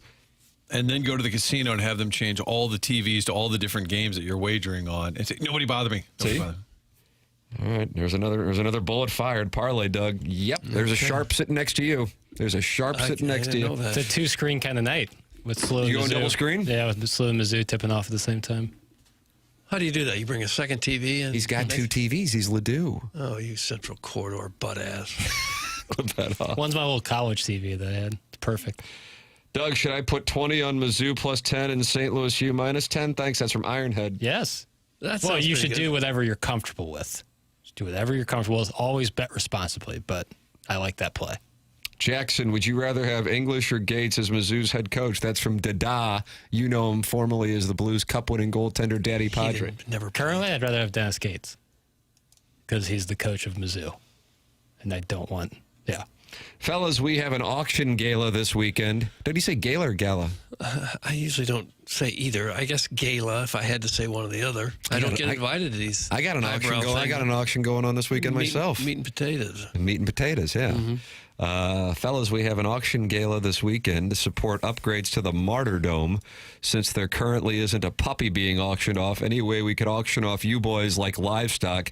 You've done it before to supplement free putting green access at cash grab golf tournaments, so this one is actually for a good cause. That's from Carlos Spicehooner. Doug, do you want to be auctioned off for St. Justin the Martyr and a new roof for the Martyr Dome? I was auctioned off once in college in a fraternity.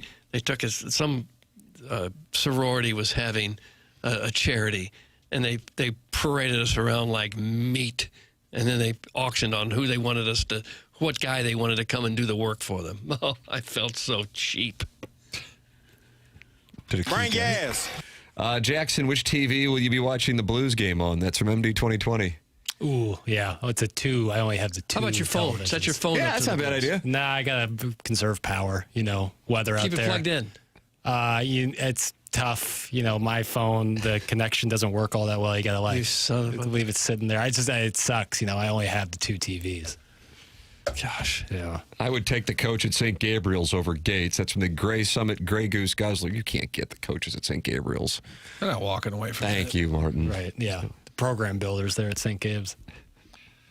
Why does Jackson look like Eminem in prison? That sunlight is doing him wrong. That's from the Forest Park Tree Mulch Monster.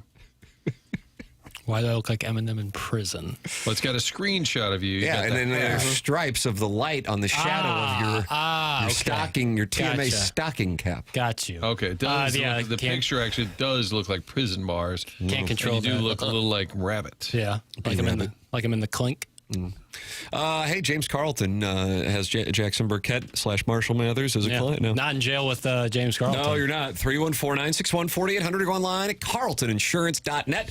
James Carlton was in studio yesterday. Great to see him.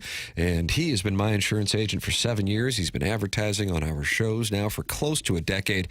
Jamie Rivers made the switch. Brandon Kiley made the switch. And now Jackson Burkett has made the switch. I recommend you make the switch because you can save money. And that's really what it's all about. Some insurance agencies are going to take advantage of the fact that they know that you're not going to look around, and then they're going to get you, and they're going to get you real nice like. You need to look around, and James Carlton is where I would look. 314-961-4800 or go online at carltoninsurance.net. If your insurance costs a leg and an arm, call James Carlton, State Farm. Design, Air, Heating, and Cooling. Email of the day is coming up next. This is TMA 101 ESPN.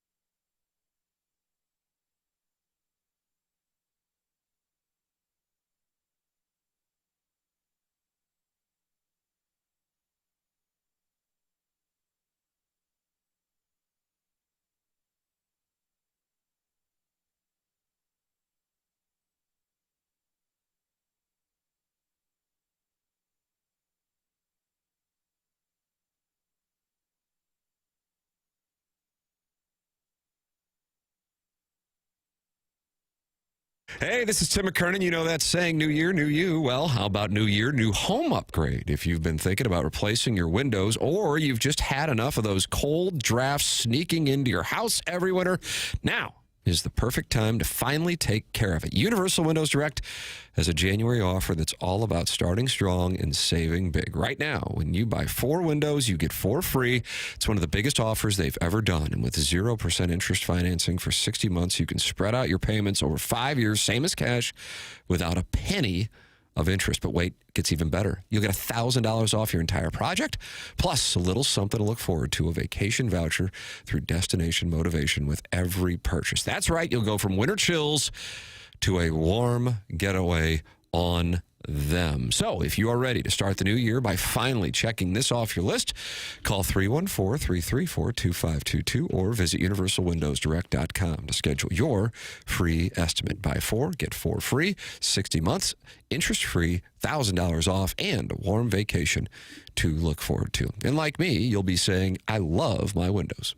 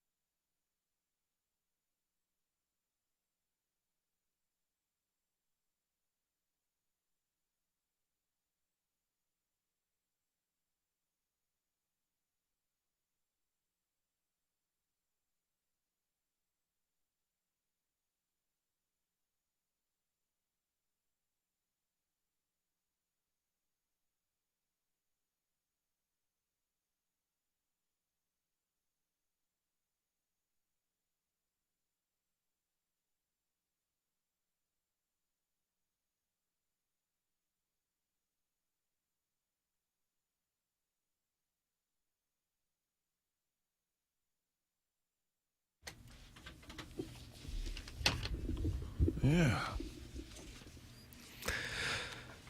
Doug, does this make you think of Almost Famous or Elton John? Elton John. Jackson, what about you? It makes me think of Elton John because I knew this song before I saw Almost Famous. And then I saw Almost Famous, and I was like, wow. This is when the drummer comes out of the closet? Or was that on the airplane? I think that was on the airplane. I don't know if those two were Spoiler alert, related, but geez. it was Bus ride. impactful nonetheless. And Cameron Crowe won the Oscar, and he said, this means a lot because if you didn't like it, it would hurt because this is my story. Yeah, I love Cameron Crowe movies. Mount Rushmore, Cameron Crowe. Jerry Maguire. Starring Janine Garofalo and Renee Zellweger. It wouldn't have made my Mount Rushmore. Times. Fast Times, Almost Famous.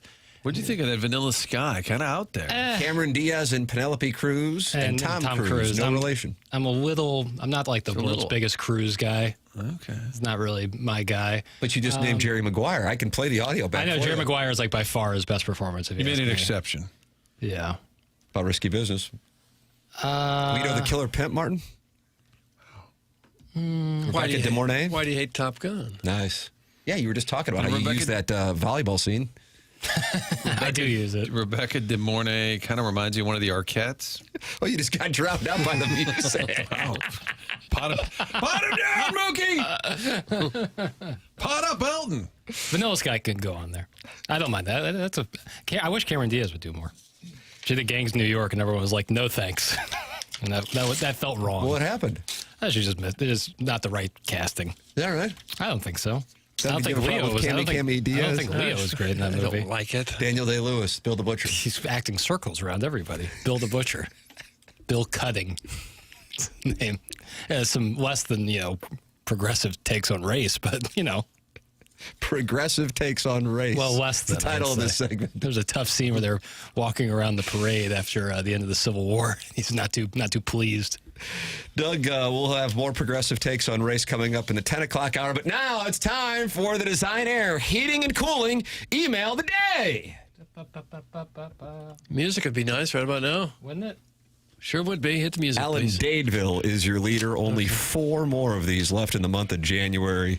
Huge moment here on this show and a $10,000 prize. Talk about no contest. TMA and Tim. Maybe this show should look into pay-per-view and offer signed Doug underwear as prizes. No. And now my ranking of show hosts. Drum roll, please. Number 5, Chairman Kurt. Number 4, Martin. Number 3, Jackson. Number 2, Doug. And number 3, Tim in the United States of America. That's from Manifested Mercy. Manifested Mercy. He's new. As the pink El Camino power slid into my neighborhood on the compacted snow, I was fearful I had made a mistake. But once the strapping gentleman with salt and shovels started vengefully attacking the snow on my driveway, I knew I had made the right call.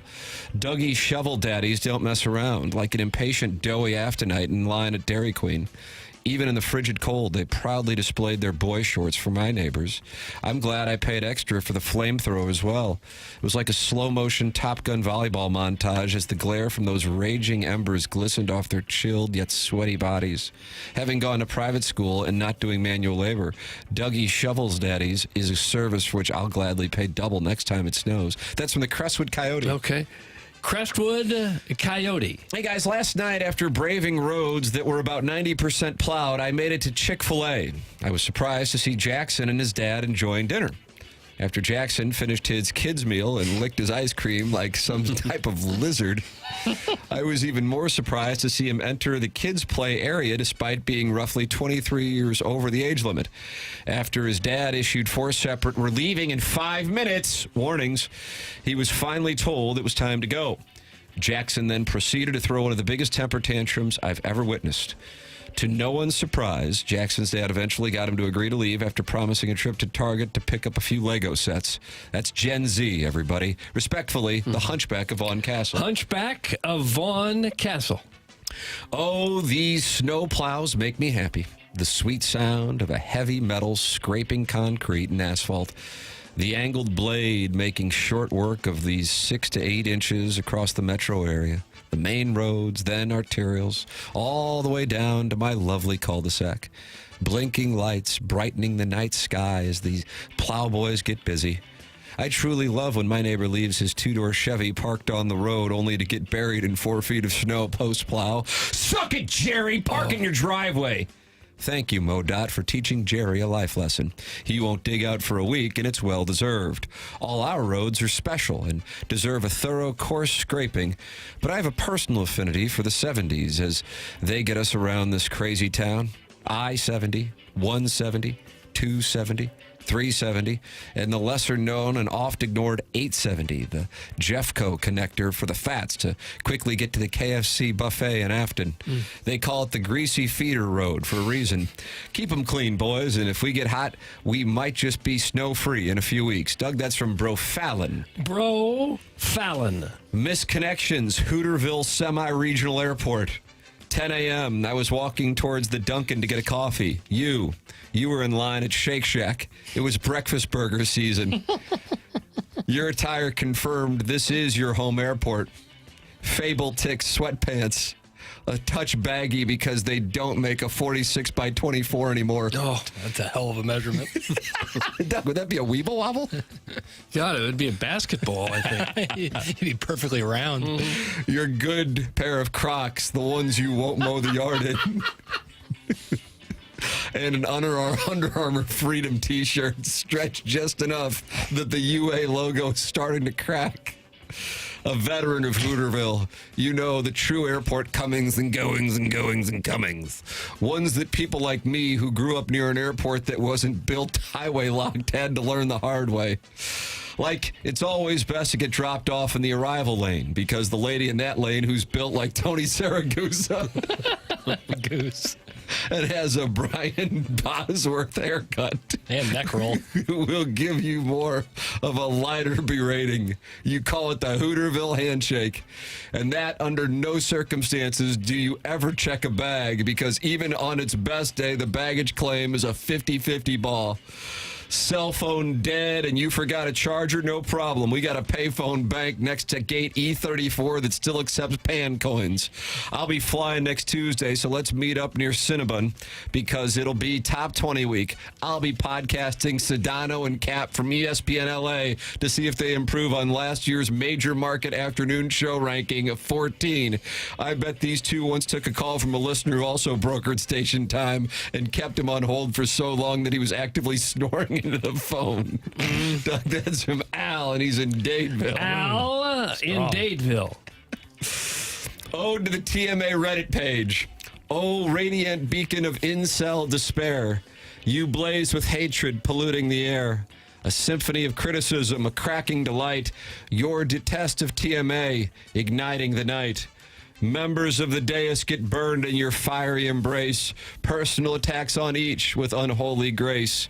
You whisper, I'm done, never listening again, yet continue the next morning. Let the disdain begin.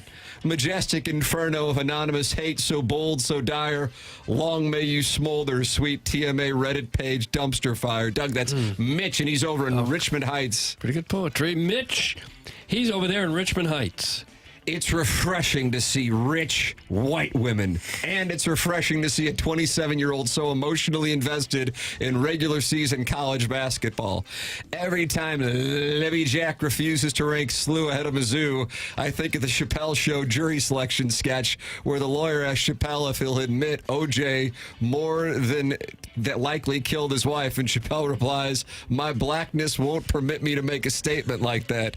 SLU fans should not be triggered by any of this because it really speaks more about how much Mizzou stock Norman Pale's holding in his emotional portfolio than any slight on the Billikens, who themselves still have plenty of work to do between now and Selection Sunday.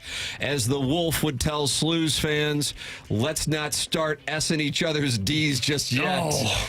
Libby Jack's really having a big show between driving himself to work, hanging up on Larry Nickel, breaking the news that this will be Tom Izzo's final season. Sorry, Tom Izzo. Yeah, he's got parents offering up their daughters to him in Destin, and now he's got a 6'1", 205-pound gentleman calling into Workshop Heated Rivalry Season 2, where a pair of men in their late 20s who are too emotionally invested in their own historically underachieving college basketball programs to hold down a relationship end up engaging in a mutual while hitting refresh on Lenore-He's latest bracket projections. Doug, that comes from Buck Swope, DBA, the recessed lady's breast. Buck Swope.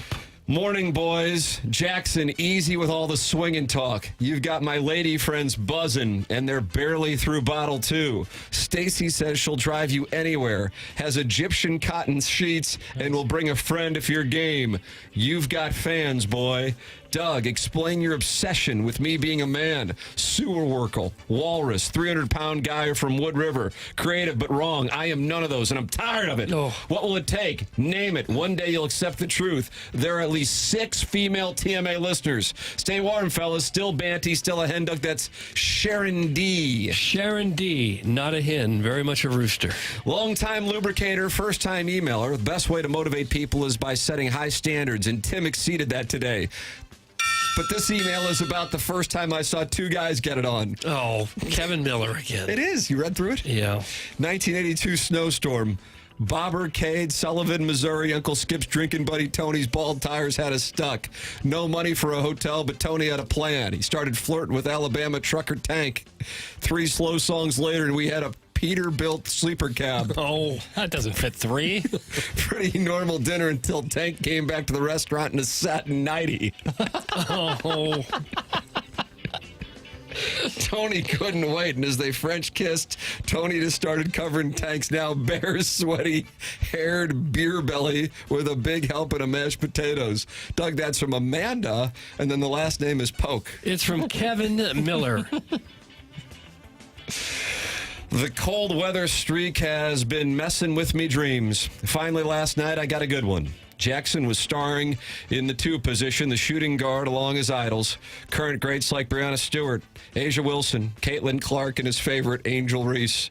It was something out of a movie. 10 seconds left. Angel Reese gets her own rebound after missing an uncontested layup. Tosses it out to Jackson beyond the arc. The whole team yells, "Fire it, soy boy!" Jackson drains a buzzer beater and captures his first WNBA title.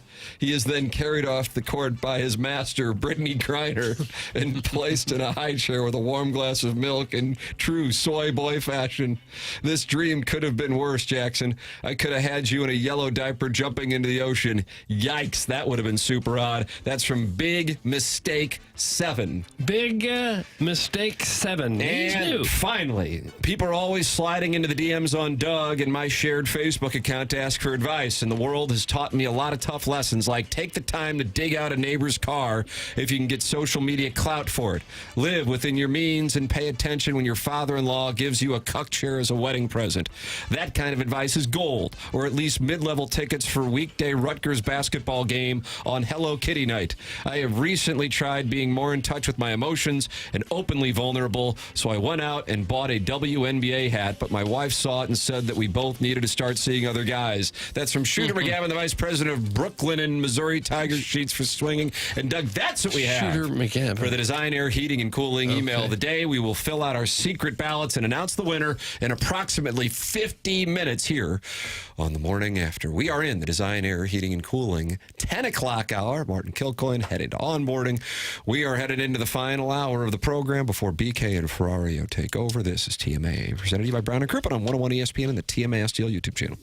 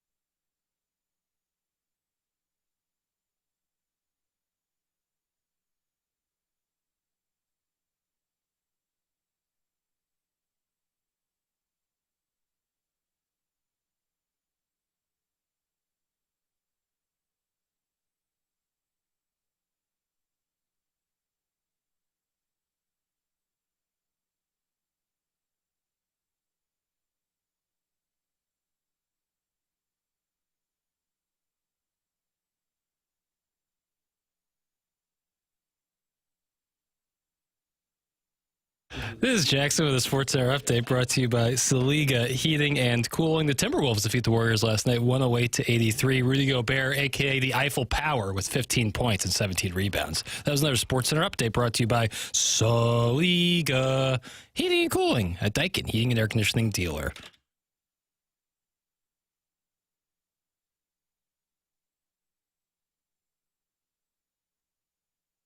Going. The World Series. Feels like this is the year, doesn't it? CMA 101 ESPN. They really loaded up this offseason.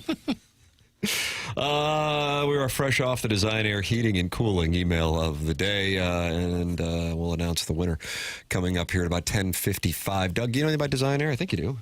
Well, I do, and you should too, especially in this kind of weather that we're having. Hopefully your furnace is holding out, cranking out that heat all over your house. If not, you know who to call. That would be Design Air Heating and Cooling. When it comes to heating and cooling, you got to trust the name that's been around longer than all of us, for sure. Design Air has been proudly serving the St. Louis area since 1904. More than a century of keeping homes comfortable and customers happy. And not just another HVAC company, also happen to be the longest-running sponsor on TMA, and that loyalty says a lot. We appreciate that. Seth Goldcamp, fourth-generation family member running the business at Design Air. They believe in honest work. You're never going to be sold something that you don't need. They're not on commission. They just want you to be happy. They want your house to stay warm.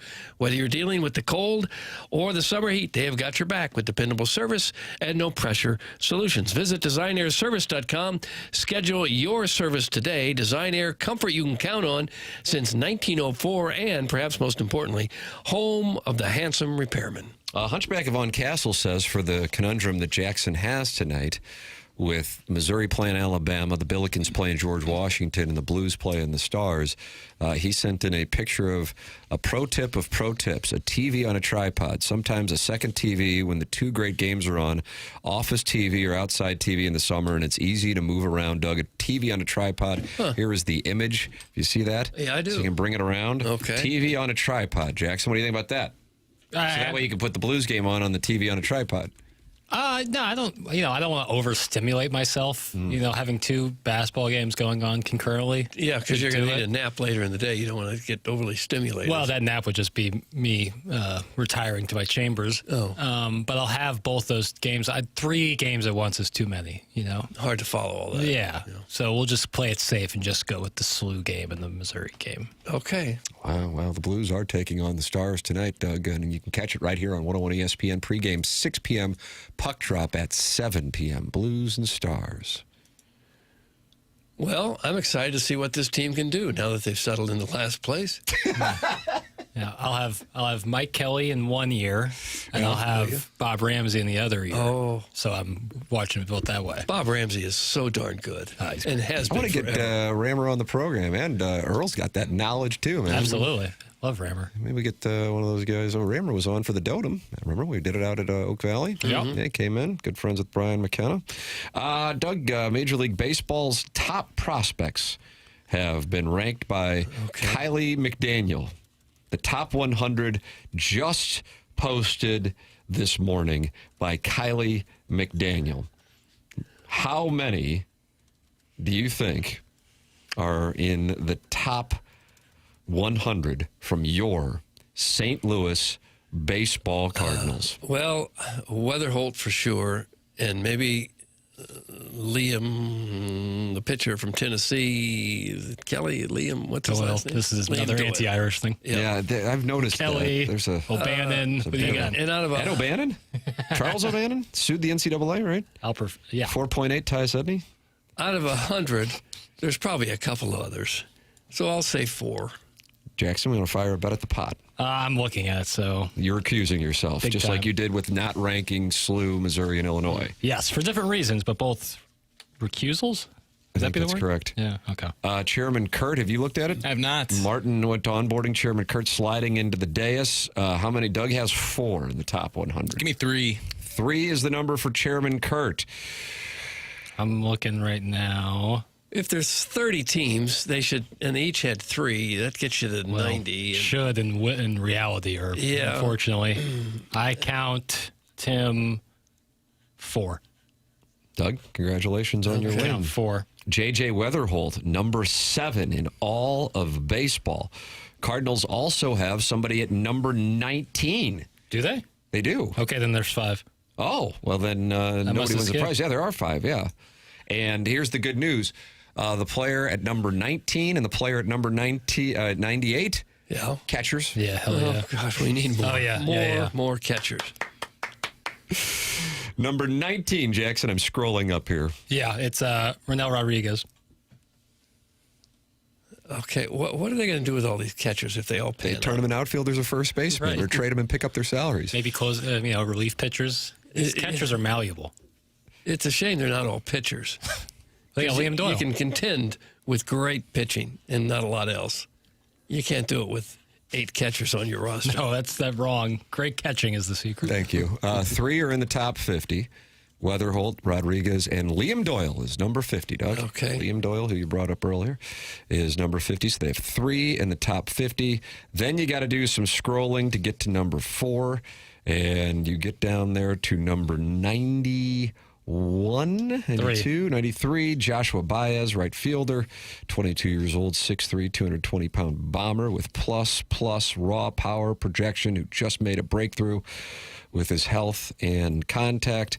And then number 98, Leonardo Bernal, catcher, St. Louis Cardinals, switch-hitting catcher, 21 years old. He is the 98th prospect. The Cardinals with 5 in the top 100. How do you do? I'm fine. We'll see how it goes. What? Number 1 is a Pirate shortstop named Connor Griffin. Is being compared to Fernando Tatis Jr. and Bobby Witt Jr. Does he catch? Pirates seem like they're pretty close to having a decent team with all the top prospects they've had here in the last few years. They'll be in pinstripes and Dodger blue in 3 years. Yeah, probably. But they've got several young players that are really quite good. And with Paul Skeens as the anchor. Yeah. The nucleus. Yeah. Just say you hate the Blues, ass. That's from Katie Woo's burner. Well, we got off the baseball thing pretty quick. It's not about me. I don't hate the Blues. I just don't care about the sport. Oh, that's even worse. No, it's not. Yes, it is. There's no hate in my heart. So, but that's saying even if the Blues are good, you don't care. Yeah, it's consistent. What do they want? What about when they won the Stanley Cup? I watched every game. I watched every game. 3-1-4, 3-9. You thought Patrick Waugh was in net for the Bruins. That was just bad memory on my part. 3-1-4. I knew it was a funny name. 3-9-9, 9-6-4-6. Doug, it is going to be rough. It's going to be rough. But people are just getting wise that I have a general indifference I think towards the what if sport. they won thing and going to play well. I watched every game when they went to the Stanley Cup. So then you did like the sport? No, not really. You didn't like watching it? I enjoyed it, yeah. Okay. But I wasn't saying, I wasn't... Yeah, some games were really gripping, yeah. Did the Pat Maroon game entertain you at all? That was great. That was a lot of fun. I like that. What about that, the first 8 minutes or so from Jordan Binnington in Game 7? That was awesome. Okay. That was great. About Not the enough overtime winner by Carl Boom Boom Gunnarsson. That was great, and especially because I heard about the urinal story beforehand. That was really cool.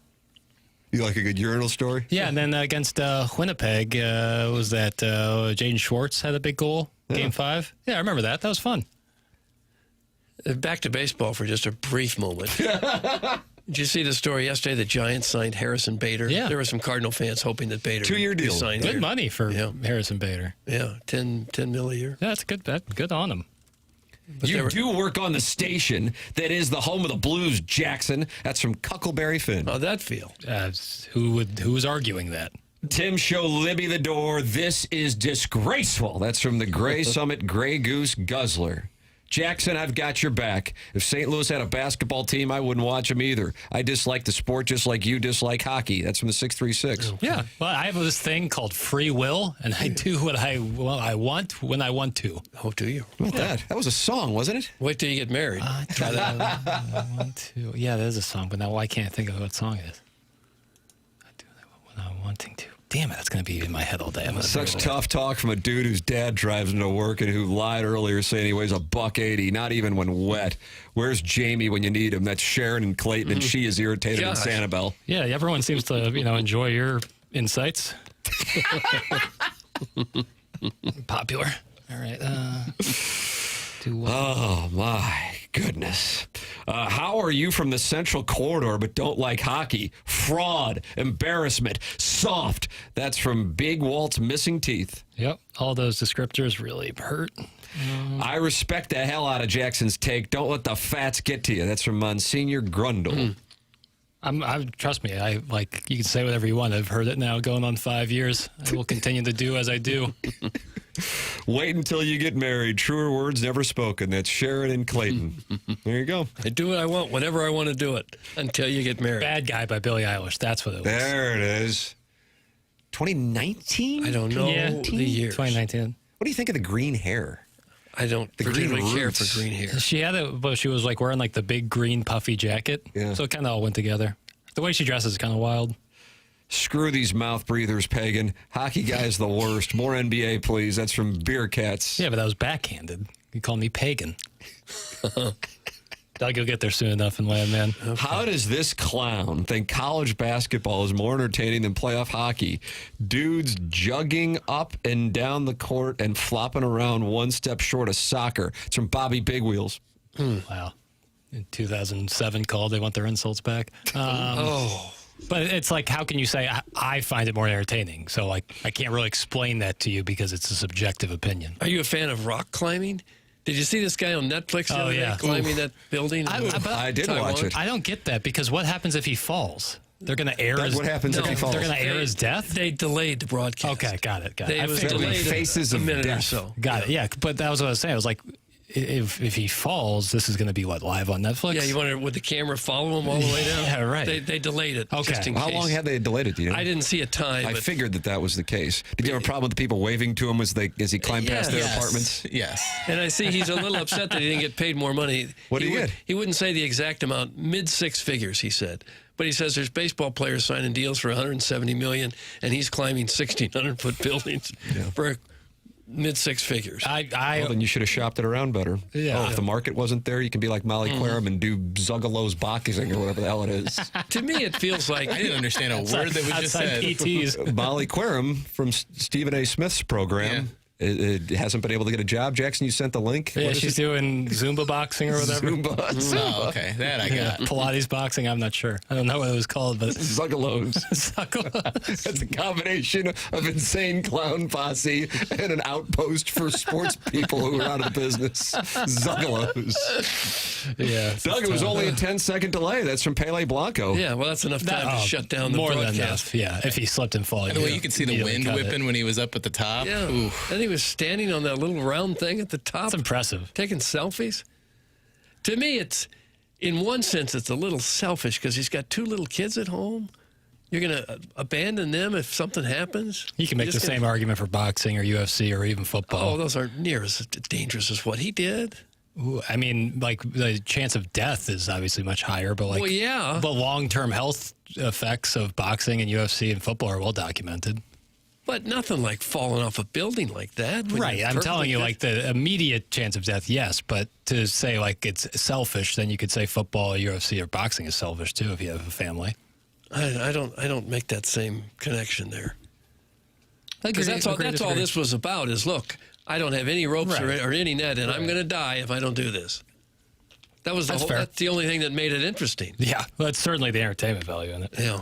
Which is, probably the same reason why we watch combat sports, too, is like someone might get really hurt. Get knocked out. Yeah. Jackson prefers a point-shaving hoop over the sport that inspired the generational story of heated rivalry. That's from Tigo in the Michelob Ultra YouTube chat. That's right. All right. Yeah, how do you like that? How do you like that? Put that in your pipe and smoke it. You're welcome to give your thoughts. 314-399-9646. That's how you can text into the program. Air Comfort Service, text inbox. And then you're also welcome to get involved on the program by calling in or talking it over in the Michelob Ultra YouTube chat. Open up the TMA STL YouTube channel. Subscribe to it. 6,470 friends have done so. 190 are in there right now talking it over. The program is called The Morning After. It's presented to you by Brian and Crouppen on 101 ESPN.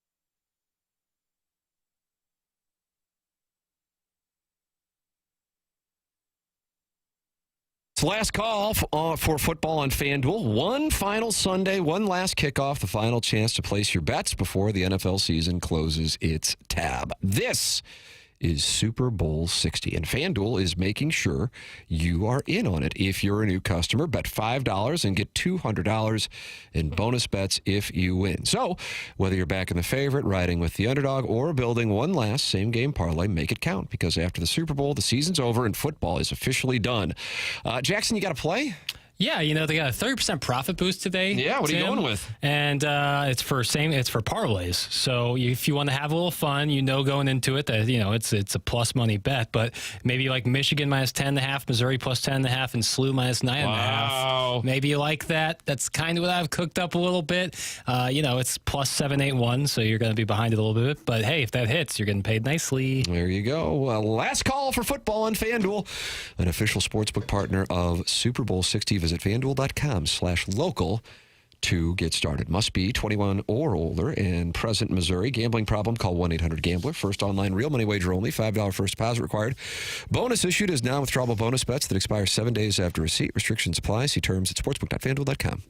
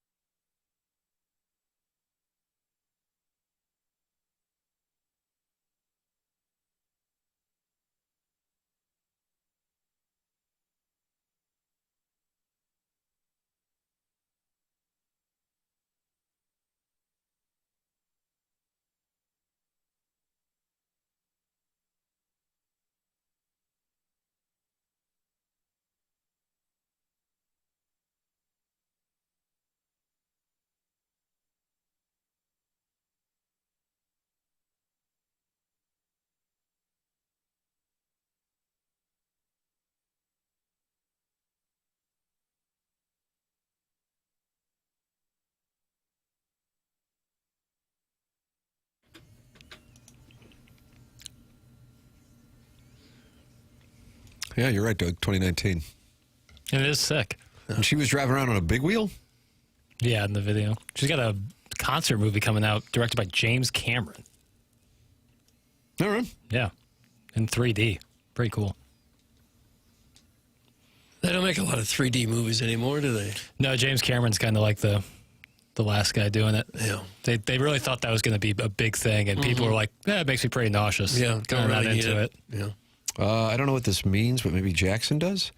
Terry Donovan's shaking hand. You remember him from Ray Donovan? Sure, yeah. Texan, I'd like an apology from Jackie. He is not the pitcher. Listening to Biggie and Hardball. Do better, movie boy. He's saying Michael B. Jordan isn't? Michael B. Jordan, and we talked about this on QFTA, I believe. Yeah, he's definitely in Hardball, but I thought he was the pitcher who wouldn't stop listening to Big Papa. Well, might be a good time for the apology. If I'm wrong, I'll absolutely apologize. The last thing I want to be is... Dougie played Wallace on The Wire. Oh, did he? And Creed 1, 2, and 3. And was on David Letterman's program. My next guest is, and Jackson and I were making the observation that interviews that are kind of podcast caliber interviews done in front of an audience are not usually as good as interviews that would be done in a studio. For example, Jason Bateman was one of the guests on this season of Letterman's show, and my wife, who is a Jason Bateman fan, said, I was kind of hoping for more from that. And I think it's when the interviewer and the guest are kind of doing the interview performatively as opposed to introspectively. Thoughts, concerns? Yeah. My bad. Oh, wow. Terry Donovan shaking hand is going to get the apology. It was Miles. Michael B. Jordan played a different character in Hardball. My apologies. How much time off will you take? At least a week. I would think so. Yeah, at least a week to go to the cabin. Figure it out. You seen Hardball? Hardball? Keanu Reeves. No. 2001? I just you nailed don't know the years. Get the waterworks going. I would cry? If you have a heart. Oh, yeah. I'm not sure I've ever cried at a movie. What about when Ned Beatty went up against the tree? Oh, I cringed, squirmed, groaned, didn't cry. Why don't you start dressing like Burt Reynolds in that movie? I would like that a lot. Sleeveless black like T-shirt. It looks like a surfer's vest that's like cut all up in mesh. Who says I won't? We are in the Stiefel studios here on TMA, 10 o'clock hour, brought to you by Design Air Heating and Cooling. Email of the day winner coming your way at about 10:55, 10:56. This is a big one here. This is a big one because Alan Dadeville has a 1-goal lead. If he wins today, it's going to be really tough for somebody to catch Alan Dadeville. He can start picking out a spot for that $10,000 HVAC system that Seth Goldcamp will be installing. Got big doings this weekend in the area. It doesn't look like there's any precipitation in the forecast this weekend. Temperatures certainly going to be cold, but doesn't look like we got any snow in the offing at all over the next 10 days. Now, this is on the iPhone forecast, and I realize that's warm garbage. But, Doug, I also have bad news that we don't have any temperatures breaking the 30s over the next 10 days either. Oh, God. So is this snow just going to sit here? Yes, it will. So if you are able to get out and about this weekend, here's what we got going on. SSM Health welcomes the St. Louis Golf Expo January 30th through February 1st at St. Charles Convention Center. Get bonus golf, balls, and pro tour tickets while they last, presented by the Post-Dispatch.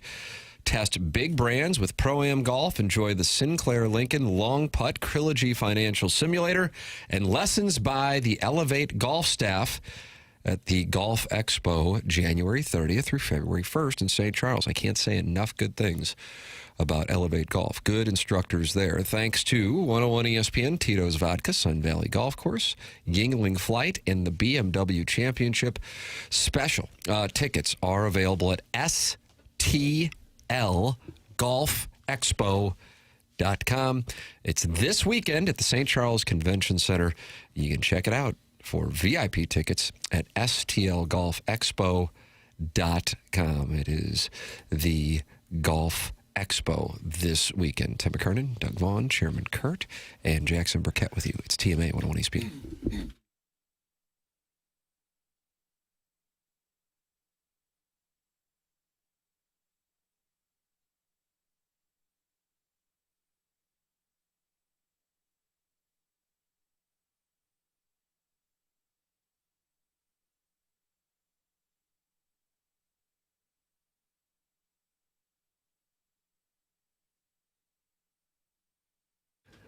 Stiefel is one of the outstanding sponsors on this program. They also sponsor the Cardinals, Blues, Stiefel Theater, Stiefel Charity Classic, and the U.S. National Ski Team.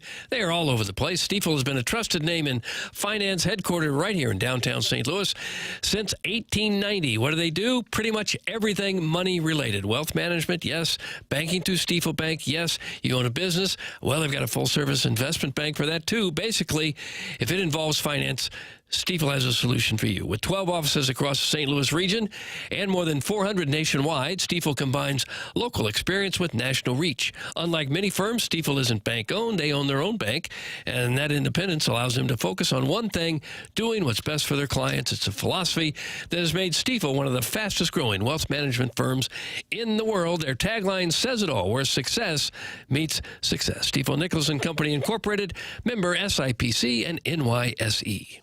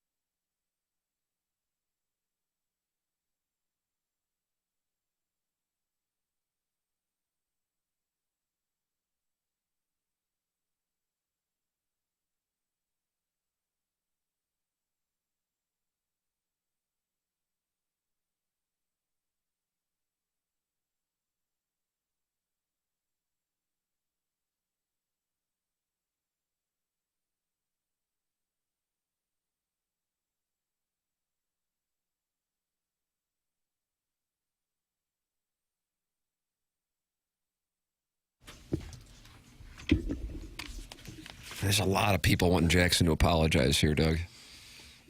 For not liking hockey? Well, that and the hardball thing with Michael B. Jordan. Oh. Yeah, that was tough. I got to be better because that was a formative movie for me growing up. Guys, I watched Miracle this week, and not loving hockey is akin to not loving America. Jackson's a commie. That's from the 314. Feels like Sorry, it's a foreign sport, though. Oh. The sport I love the most, invented right here in the U.S. of A., baby. Baseball. I love baseball, but basketball specifically. Although I think Naismith was Canadian, wasn't he? He was at the University of Kansas when he was from Massachusetts, I think. Yeah, right, because that's why the Hall of Fame's in Springfield. I think he was working at the YMCA in Massachusetts. He's Canadian-American. Yeah, he was Canadian-born, though, Doug. Okay. Well, rats. How about this? Speaking of Miracle. As the Winter Olympics approach, Netflix is preparing to celebrate one of the most famous upsets in the event's history. On Monday, the streaming giant released the first trailer for Miracle, The Boys of 80, a documentary focused on the United States hockey team's unlikely victory over the Soviet Union in the 1980 Winter Olympics semifinals at the height of the Cold War. The trailer features several players from the team, as well as Al Michaels, who famously called the game, discussing the historic upset and the unique circumstances surrounding it. At this point, additional details regarding the documentary, which will be available on Friday, are few and far between. Doug, Words and Pictures, Max Gershberg and Jacob Rogel are listed as the directors on the project, which offers the following synopsis on the Netflix official website. A young hockey team enters the 1980 Olympics as underdogs and emerges as heroes. Their iconic upset unfolds with new footage and firsthand reflections. Obviously, this is hardly the first piece of content to focus on the Miracle on Ice. HBO did one in 2001. I've watched that multiple times. The 2001 Do You Believe in Miracles, the story of the 1980 U.S. hockey team, and ESPN's 2015 30 for 30 of Miracles in Men, and then, of course, the film Miracle, which was made in 2004. But with the Winter Olympics now just weeks away, the timing is ripe for another entry, especially as Netflix continues to increase its sports-related offerings. So you can watch that this Friday. I will watch it. I have to say, sometimes Netflix's quote-unquote documentaries leave me wanting. But that doesn't mean that they all leave me wanting. Some 30 for 30s recently have left me wanting, you know.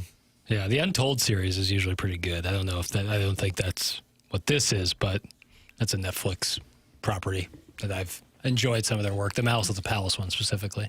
Yeah, this will connect with a lot of people watching the Winter Olympics, of course. I wonder how much more new information could possibly come out. It's a story that never gets old. You never get tired of hearing about it. That's a classic. Yeah, it's a classic story. Perfect for the Winter Olympiad. Mike Eruzione has been on this show at spring training. He was wandering. I think the skipper had him speaking to the team before one of the spring trainings, and he came on the program. Yeah. He said that was a bigger thrill than the goal. And probably nobody on that Cardinal team knew who he was, or was certainly alive when this happened. Geez, it's been, 46 years now? Yeah. That's hard to believe it's been that long, isn't it? Guys, I'd like a request for Tim to do his masterful Herb Brooks. Thanks. That's from Cream. Doug, is that great moments are born from great opportunity? Mm-hmm. And that's what you boys have here tonight. That's what you boys have earned here tonight. Now, was that Kurt Russell or was that Herb Brooks? What are you trying to say? Like my impression's no good? The real Herb Brooks was not such a nice guy. Go to YouTube and look at his interaction with John Kelly before a game if you want to see the real Herb Brooks. Yeah. Great coach, but not a pleasant gentleman. Yeah, that is rough. Mm-hmm. Former Blues broadcaster John Kelly gets a talking to from Herb Brooks. I've seen that. Yeah. Doug, you just blew my mind. It's been 46 years. That's from Hardbodied. Mm-hmm. It doesn't seem like it could possibly be that long ago. I don't know. This might be a dumb question. Did people in the United States, were they able to watch that live? I don't think so. I think they played it on a replay later because it happened like, well, I don't know. I shouldn't say because I just don't remember. So much of the Olympics, happened the other side of the world. Sure. And they play it back 8 hours later. I think so. I think so. But people on Twitter didn't spoil it? There was no Twitter. No. You remember where you were? Yeah, I was working in Rochester, Minnesota. There was Oh, a really? Kid from Rochester. I was about to on the say team. there had to be some. Eric Strobel was a Rochester right? guy on the team. Yeah. No, it was not televised live in the United States. ABC aired the game on tape delay during its primetime slot on February 22nd, 1980. This also could fall into the chairman's category of I'm not sure if it's a good question or not. But when it happened, was it as big of a deal as it seems like it would be? Yeah, I think it was. Yeah. Because we were kind of still in the Cold War days with Russia. And, yeah, I remember knowing the outcome before actually watching the game. Everyone was thrilled, of course, that they. And it wasn't even the gold medal game, correct? No, it was not. It semifinal. Drew an average viewership of 34.2 million in the tape delay. It was on the radio live, Lisa says. Yeah, that sounds right. Guys, I watched it live. I was 10 years old when it happened. It was played in Lake Placid, New York. Yes, it was. Thank you. It was definitely Lake Placid. Somebody's mad at you for having the San Diego Padres hat on, Chairman, the 618. Tell that clown to take that San Diego hat off. See, this is why I can't go buy another team's cap, is you're going to get labeled as a fan. You just like the look of the ball cap. Well, who cares what this guy says? I stand with Schilt. Do you? Stand with Schilt. Well, he doesn't stand there anymore.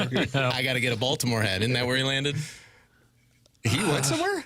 As like an advisor role or something? I was about to say, I don't know if he's going to be getting an on-field gig anytime soon. We'll announce the winner of the Design Air Heating and Cooling email today. Coming up next, TMA 101 ESPN.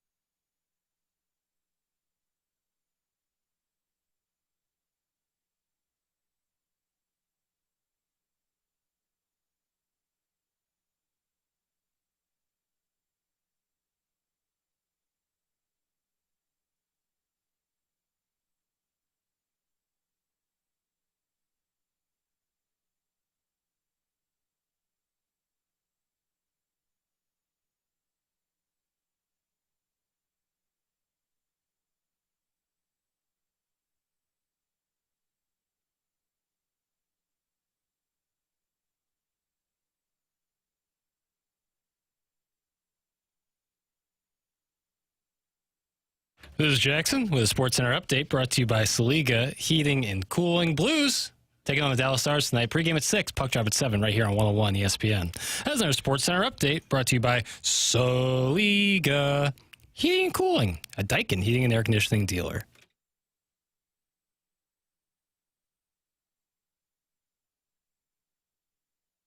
There you go. This is it.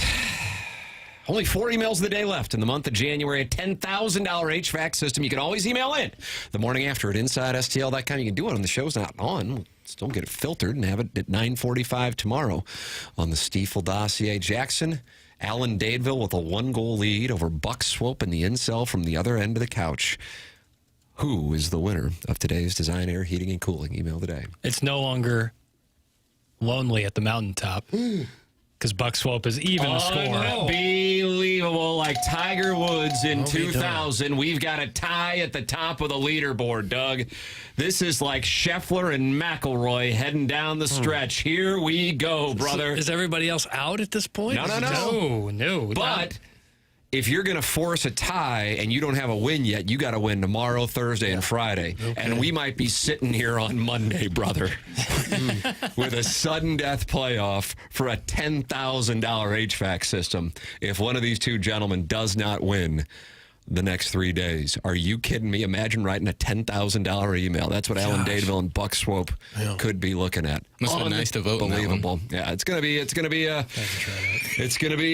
battle, and we'll have more as the $10,000 HVAC is on the line and a tie with Buck Swope and Alan Dadeville. BK and Ferrario are up next for Jackson Burkett, for Chairman Kurt, for Martin Kilcoyne, from Brother Kevin, for Douglas Sullivan, Vaughn, I am Tim McKernan. This has been the Morning After, presented to you by Brown and Crouppen on 101 ESPN from the Stiefel Studios on the TMA Steel YouTube channel.